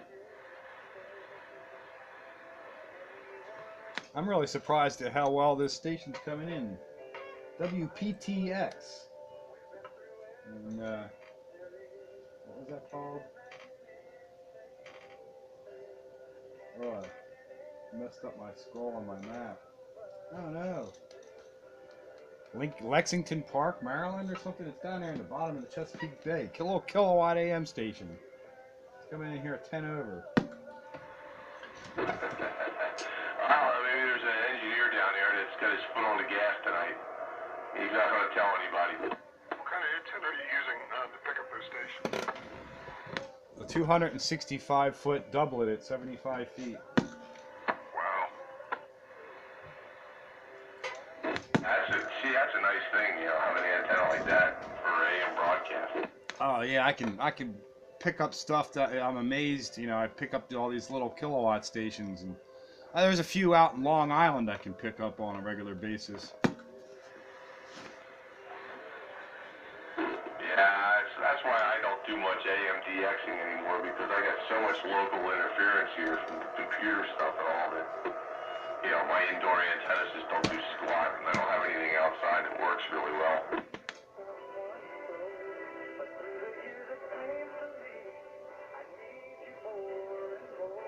That's it right there. It's coming in pretty well. I'm going to do the pirate FM radio in a few months when I get a few dollars together. There's a system for $2,700, and you can broadcast on the FM.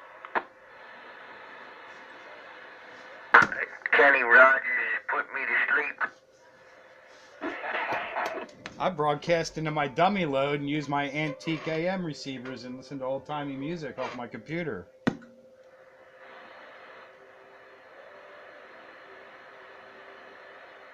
quarter wave Dave tonight? You on the air, Dave? He's probably watching TV, but you can bet he's listening. Roger that. Yeah, I've been seeing him every Monday at the Perkiomenville Flea Market. Oh no, now I got more competition.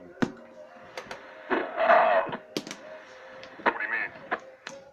My competition used to be Dave, looking for CB radios at Perky Sale. Now I'm gonna have to compete with you. Man, I have so many radios, I won't be buying too many more. Remember, the Ham Fest is this weekend. Where's that? Where at? That's Kimberton. I think I'm going for a bike ride in the Catskills instead. I'll be at a softball tournament. What day is it? What is it, the 9th?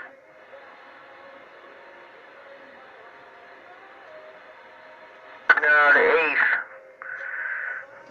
Kimberton Fairgrounds. What, 113? What day is that? Saturday, Sunday? Saturday. Roger that, yeah. I have my stores open from 8 till 5 Saturdays, Friday, Saturday, and Sunday, so I won't be able to make that. Yeah, it's on the other side of, what's that, French Creek? Roger that. That's down near, like sort of between Coventry and Phoenixville there. It's down off of 23. Cool, I'm really close to it then. We may have to take off this weekend. I think, wait a minute, I think the fairgrounds are off of 113, so yeah, down that way. So who was that said that I'm the competition at Perkiomenville? Who was that?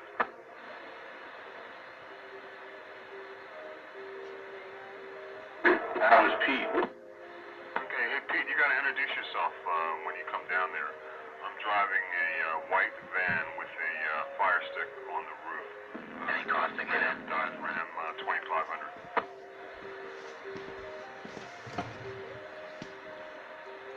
Oh no, not a creepy white van.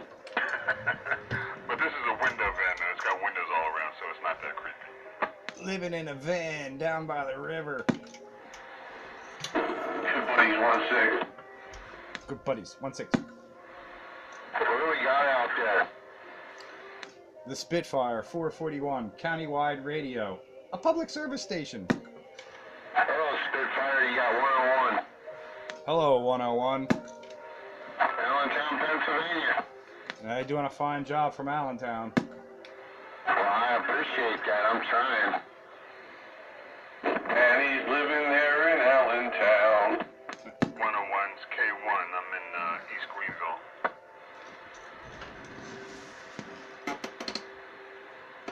Limerick's got you there in Allentown. Did you copy me, 101? Hey, 101, you got a couple of shouters down here. You got a mobile in East Greenville and a Limerick base station shouting your way. 441, a countywide radio on his antique flea market transmitter. Okay, I don't really hear the other two. I hear you real well, but I don't hear the other two. I'm sorry, I apologize. All right, well, they were trying to get back at you, just letting you know. Yeah, you said you're on a flea market radio? That's right, antique flea market radio.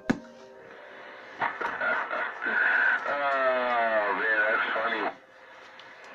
23 channel Regency CR 123B from around 1971 or 72. Is it worth buying 23 channel radios? Because I run to them all the time when I pass them up.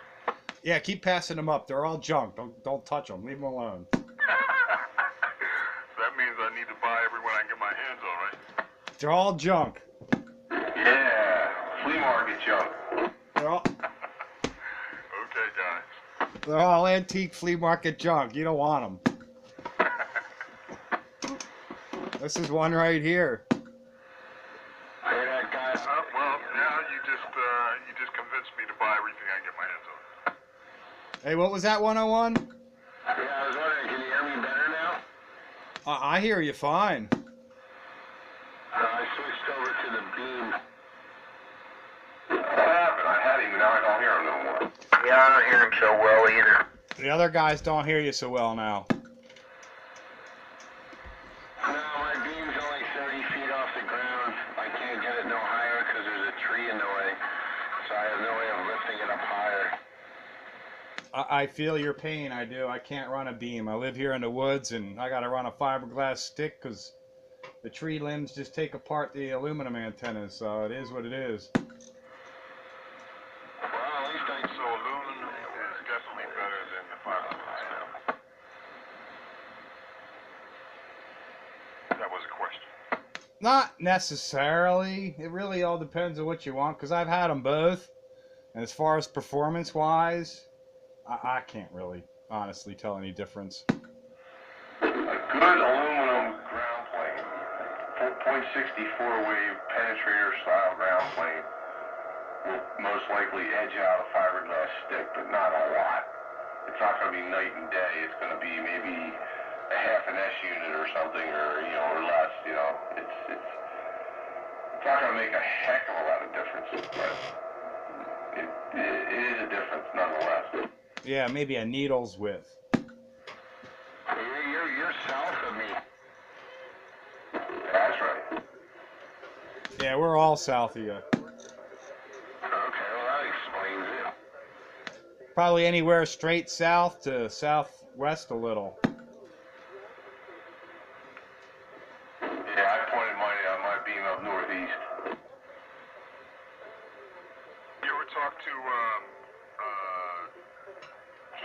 double nickel in the northeast? Northeast where? He's around Oxford Circle. Oh, down in the ghetto. No. That's the ghetto. Oh, it's Philly, isn't it? Where did everybody go? I'm right here. I'm there. You hear me when I said I'm south. Wonder what happened to 101. 101's in there. I still have him. 101, give me another shout. K1, East Greenville. I got such a faint copy on you, I could barely tell you what you even said it again. Oh, rats. That's the difference between a base antenna and a mobile antenna. Yeah, well, I'm gonna, as soon as I pick up my food at the Chinese restaurant, I'm going to go to high ground and see if that does anything. That'll usually do it. Higher is always better. I'm going inside. I'll be on the side for a minute. Yeah, pick up that L14. See you, K1. Oh, look who's late to the party. Tardy to the party. Evening, Sparky. What's going on here? Sandbagger, Ranger, and Spitfire. K1 just left, and whoever the other guy was. Hello, neighbor. Hello, neighbor. Hey, everybody still have all their fingers, 10 fingers? Oh, yeah. Yes, I do. I got my 10 fingers. I got my 10 fingers and 10 toes. The digits are still there. My neighbor was setting off some good ones, man. The big, giant, homemade ones. Otherwise, you gotta watch out for. I'll tell you what, the one made my ear ring and actually hurt for a little while. How'd you make out with the truck? Oh, good, yeah, we went camping, had a great time. Great time. Brake line, lost the brake line. Oh, no. Lost a brake line in the truck? Yeah, up in Hazleton, and had to park it overnight and come back and get it the next day. Fixed? I hate when that happens. The brake hoses were, let's see, 2003, way too old. Yeah, so did you replace them all, or just the one that broke? Just the one that broke to get us on the road, but it's on my to-do list. Yeah, I was gonna say, if one went, the rest ain't far behind. Not a bad run though, 200K. 200K. Yeah, 200,000. Oh, that's how many miles you got. Yes, sir. That doesn't suck at all. Got your money's worth out of them. Squeezing them nickels.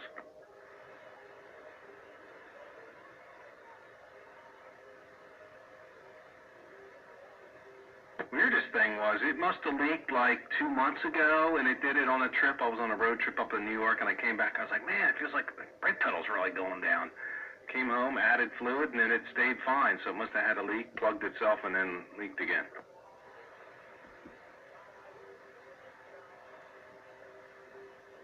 That was a warning. That was a warning you should have heeded. Yeah. Well, I looked under there. I did look. I inspected it. I looked underneath. I didn't see any leaks, so it must have leaked like all in one spot or something when I parked somewhere, and then I guess I rode through a downpour, and that gave it the under truck body wash. Washed all the dirt away that was plugging the hole. I washed all the hydraulic fluid away because I saw no spills. That's what's the weirdest thing. I was like, where did all that brake fluid go?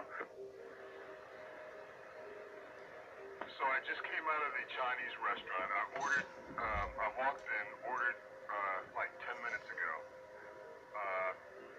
At the girl at the front desk. Came out, talked to you guys. Went back in, and the woman says, "Can I help you?" I said, "I want to pick up my order." She says, "What did you order?" Believe it?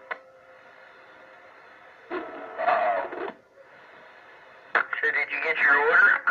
Yeah, I got my order. Well, that's a good thing, right? Yes, it is. Yeah, 14 and a Coke.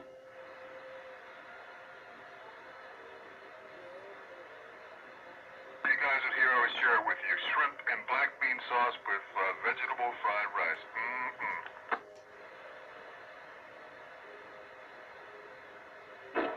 Yeah, I'm partial to pork lo mein, but that's okay. Pork fried rice. Vegetarian. Pork fried rice. Yeah, I don't do none of that vegetarian stuff. It's gotta have some meat in it. Pepper steak. Yeah, I do the shrimp. I eat fish just about every day, so I'm not a vegan. Well, that's good. What? Egg roll, one spring roll, pork fried rice. So get ready to go to high ground. Supposedly this is the highest part in Montgomery County. I'm making my right turn now, and we'll see what happens. I was always told the highest point in Montgomery County was Fairview Village. I always thought I was on the highest point. I was told it's right off of Bloomer Drive, not too far from the Bloomer Chocolate. Oh, yeah, right before Pennsburg. Yeah. That is some pretty high ground over there, even if it isn't the highest. I'll have to take Google Earth for a ride and see. For some reason, though, he faded out on me there. Quarterwave Dave, I think he was the one that told me that was the high ground. That might be the highest point in that area. Yeah, maybe so. I thought Moyer Landfill was the highest place. Moyer's Mountain, yeah, artificial mountain.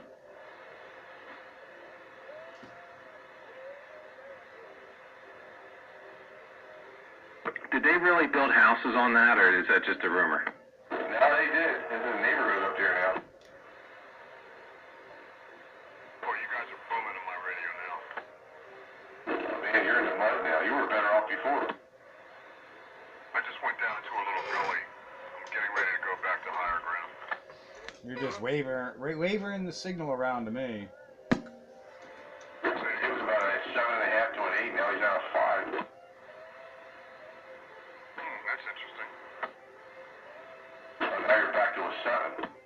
Yep, just came out of the gully. I'm up on top of a little hill now, going back into another gully, and then once I get out of this this one going to the highest portion. Oh, he's hitting 8, 9 there, but then back down to a 6. Yeah, that's the other thing about height too. You gotta make sure you're away from obstacles that can block you. Yep. Okay, I'm getting ready to go to the highest point in this area. So my signal should be going up right about now. Test, test, test. You're down to a 5 again. Yeah, you were better before. Wow. Yeah, sometimes the path ain't there. Maybe you're directional. Yeah, that could be. That's what I was gonna say. That was next on the list. Well, I got a fire stick in the middle of the roof, so I should be omnidirectional. Yeah, if you're in the middle of the roof, and the van makes the best ground plane out of anything mobile. They can be somewhat directional, that sheet's rectangle, you know? Yeah, that's going to be probably the least directional out of just about any mobile setup. How about now? Test, test, test, test, test. Now you're up to a 6. 7, 8 over here. Still rolling, going up a little bit higher. Test, test, test, test. Audio. You're fluctuating between a 5 and a 7. 7, 8, 9 here almost. Yep, same with that here. Yep, I think I'm at the highest point now, so it should be going down starting about now. Audio.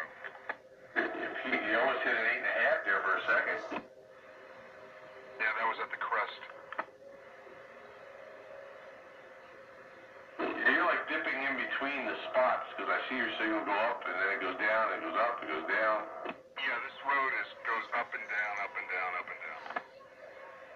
You're about your way up to an 8 now again, so, you got a better shot. That's interesting, because there's a lot of houses right around me now. And even when you were at the Chinese place, you were like a 7.5 and 8. You were doing good there. How about now? Audio. Test, test. Like a 7.5 now. What are you going, south down 29? No, I'm still, I'm making like a U from the Bloomers. It's called Bloomers Drive. So it's between Bloomers Chocolate and Walmart, and then it goes around in the loop and it comes back out to 29. Yeah, okay. Yeah, there's that church up there where 3rd Avenue comes out, I think. That's on pretty high ground, too, and it's pretty clear.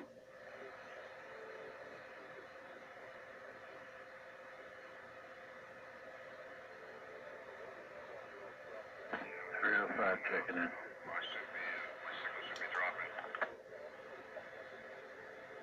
You got another check-in on Classic Radio Roundup. Hello, 305. Evening time, gentlemen. We're sitting back sandbagging. Yay! Oh, that's good.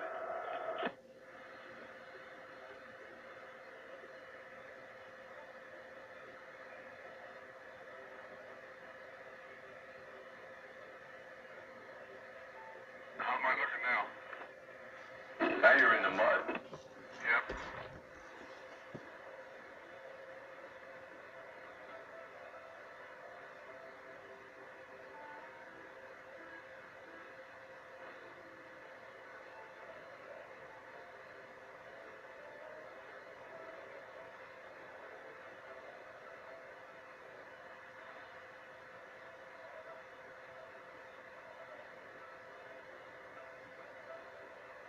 We're selling the camper, sandbagger. Yeah, you had said something about that. Yeah, it's for real now. I'm emptying it out.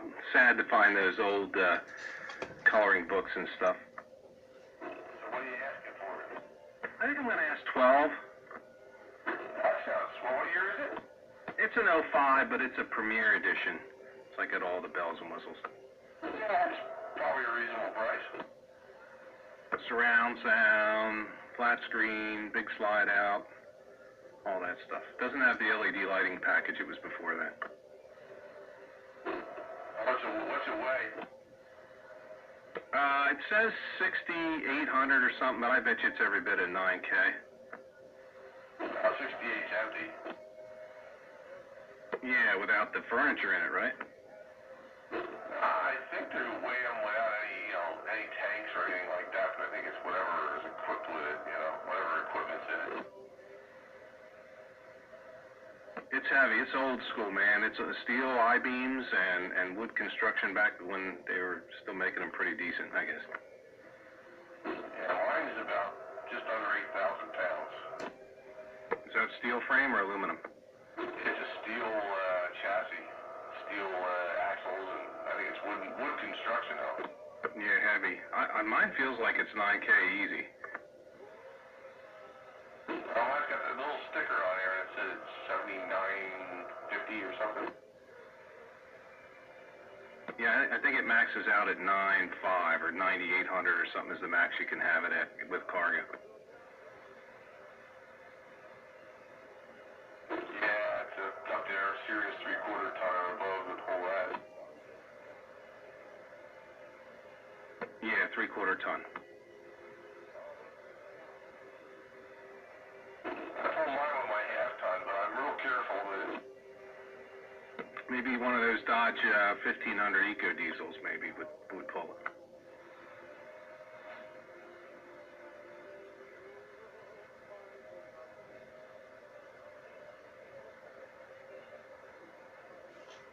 It just, as I'm pulling stuff out, I'm like, wow, it's like there was 100 pounds I didn't even need. Yeah, that's the thing. You gotta make sure you, over the years, you kind of start throwing stuff in there and you forget about it. Oh yeah, I'll need an extra one of those hose nozzles. Well, no, you don't need 3 of them in there. You know? It's like, what the heck?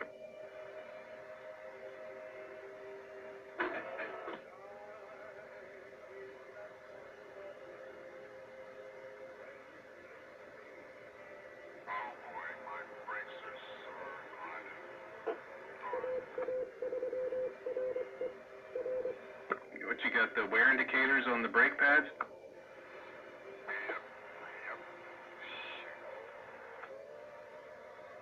Our one car has these sensors, and it's just a little encapsulated wire that hangs out down near the pad, I guess, and when it gets to the rotor, it runs through the wire and makes an open circuit. And then you get the dash indicator. Is that on the Benz? Yes, sir. Wow, they think of everything.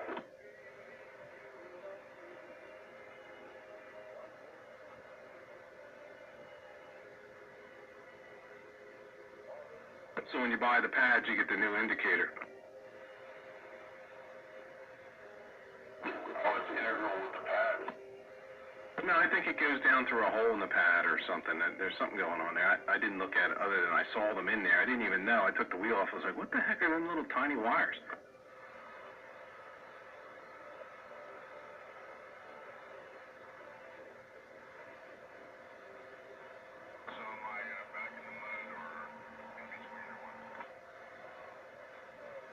In between, I got you the 3.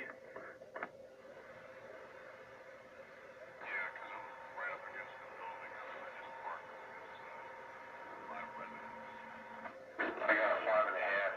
You were better at the Chinese place. Your neighbor's garage door keeps going open and close.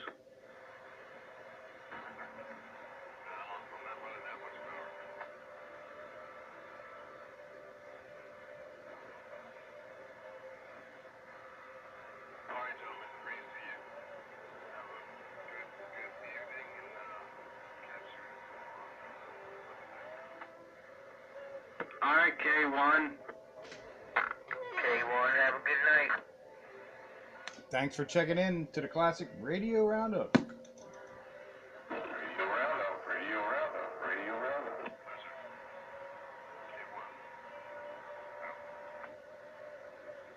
Is there a video gate? There very well might be. Last 2 weeks there was a video gate without Pete, so now that Pete's here, maybe there won't be. It's gatorific.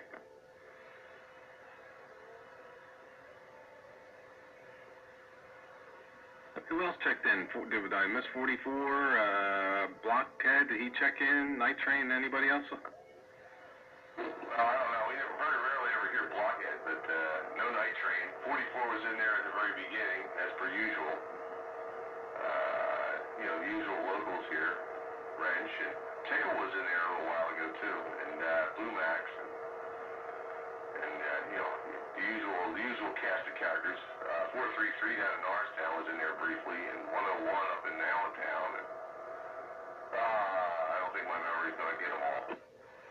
And then 305 just signed on. I got you. Okay, that's pretty good. Smokestack. Smokestack? Stray Cat. Yeah. Stray Cat was trying to get in there, but he was grassing it. Yeah, I think his antenna fell over.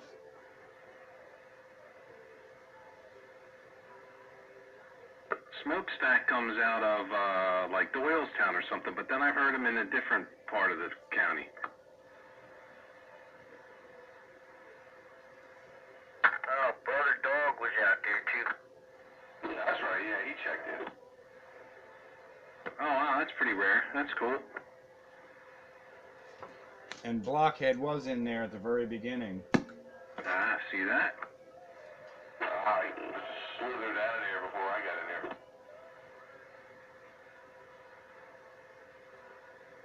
Sandbaggers. Only the sandbaggers know.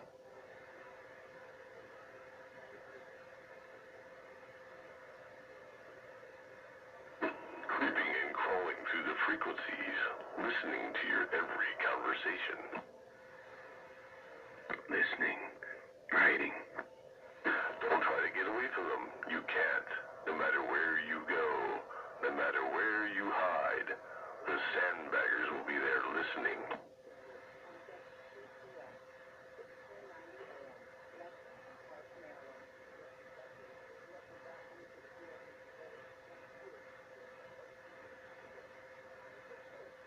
Did you go up to the lake over the holiday? Yes, sir. Nice. How was the water? Rough, actually, because, you know, holiday weekend and all that. A lot of boats out, but, well, we took the girls on the tube and kept them behind the boat because of how rough it was, and they still got some air. After I got some pictures, I'll be putting them up. Oh, that's cool. Yeah. We were at the west branch of the Susquehanna out by Renovo, PA. Lock Haven, the water was beautiful. I mean, we were just in it, like almost the whole daytime. Oh, out there on Route 220 there. Yeah, not far from it, yeah. Yeah, that's a nice part of the river there. It goes, you know, through Williamsport and all that. Yeah, further west, another 20 miles or so, maybe 15 miles. Out there where Crazy Bob used to have his drive-in. Yeah, Clinton County. North Bend, right? Yeah, not far from that at all. I used to go camping in Hyder Park up there in Renova. Yeah, you're making that up. No, I'm not. I used to go trout fishing up there. You ever go up to the lookout where they do the hang gliders? That's where I was, dude. 10-4. Well, look at that. Small town. Yeah, I think there's only one traffic light. I think Renova has a traffic light. Where the park is, there's nothing. No, there's nothing in Hyder, that's for sure. I just realized it. There's no traffic lights up where I am. Not until you get to the other side of the lake.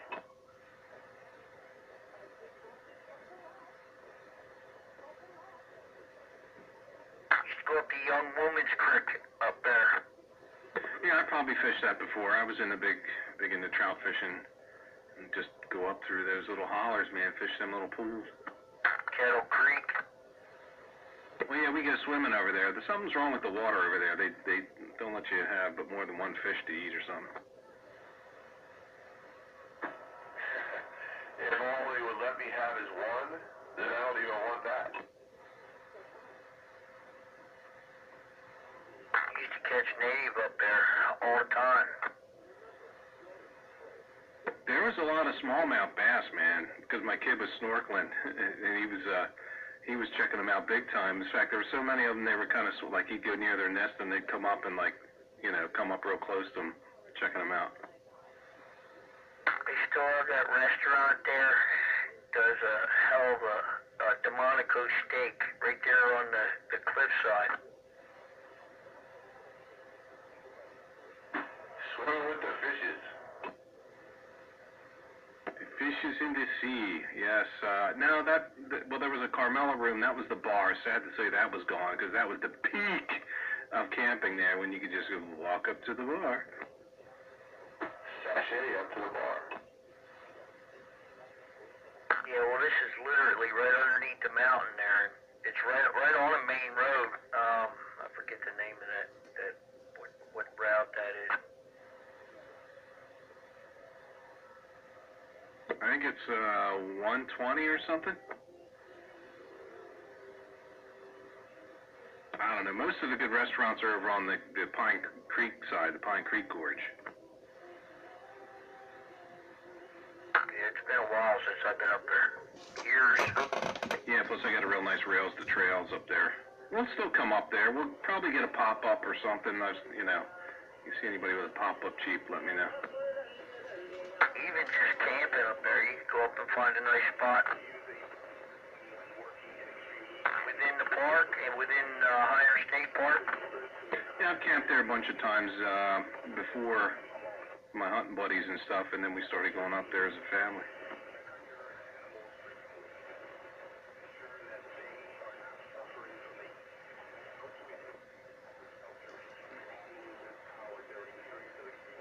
What's that elevation? Were you at the top of the mountain? Up on Route 44, when you go between the Susquehanna Gorge and the Pine Creek Gorge, which is known as the Grand Canyon of Pennsylvania, I think the peak up in there is like 2,800. Yeah, I was thinking 24, but that sounds about right. They used to take the hang gliders up. We used to go up and watch the hang gliders and stuff like that. They'd come down and land down by the river. Yeah, that's where we camp out. But they're gonna probably lose that site and they're gonna move to another. But the DCNR, they're helping them out obtain the land. They haven't had to clear it yet because they didn't get booted from the present landing zone, which is an old aircraft strip from the 1930s.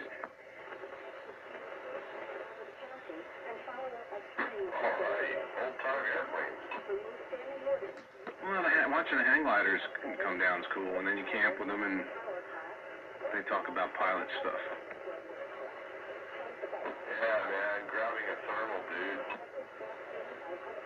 Exactly. Were you up there for the fireworks in Renova? Nah, we always have enough right there. I know Renova used to put on a good show there.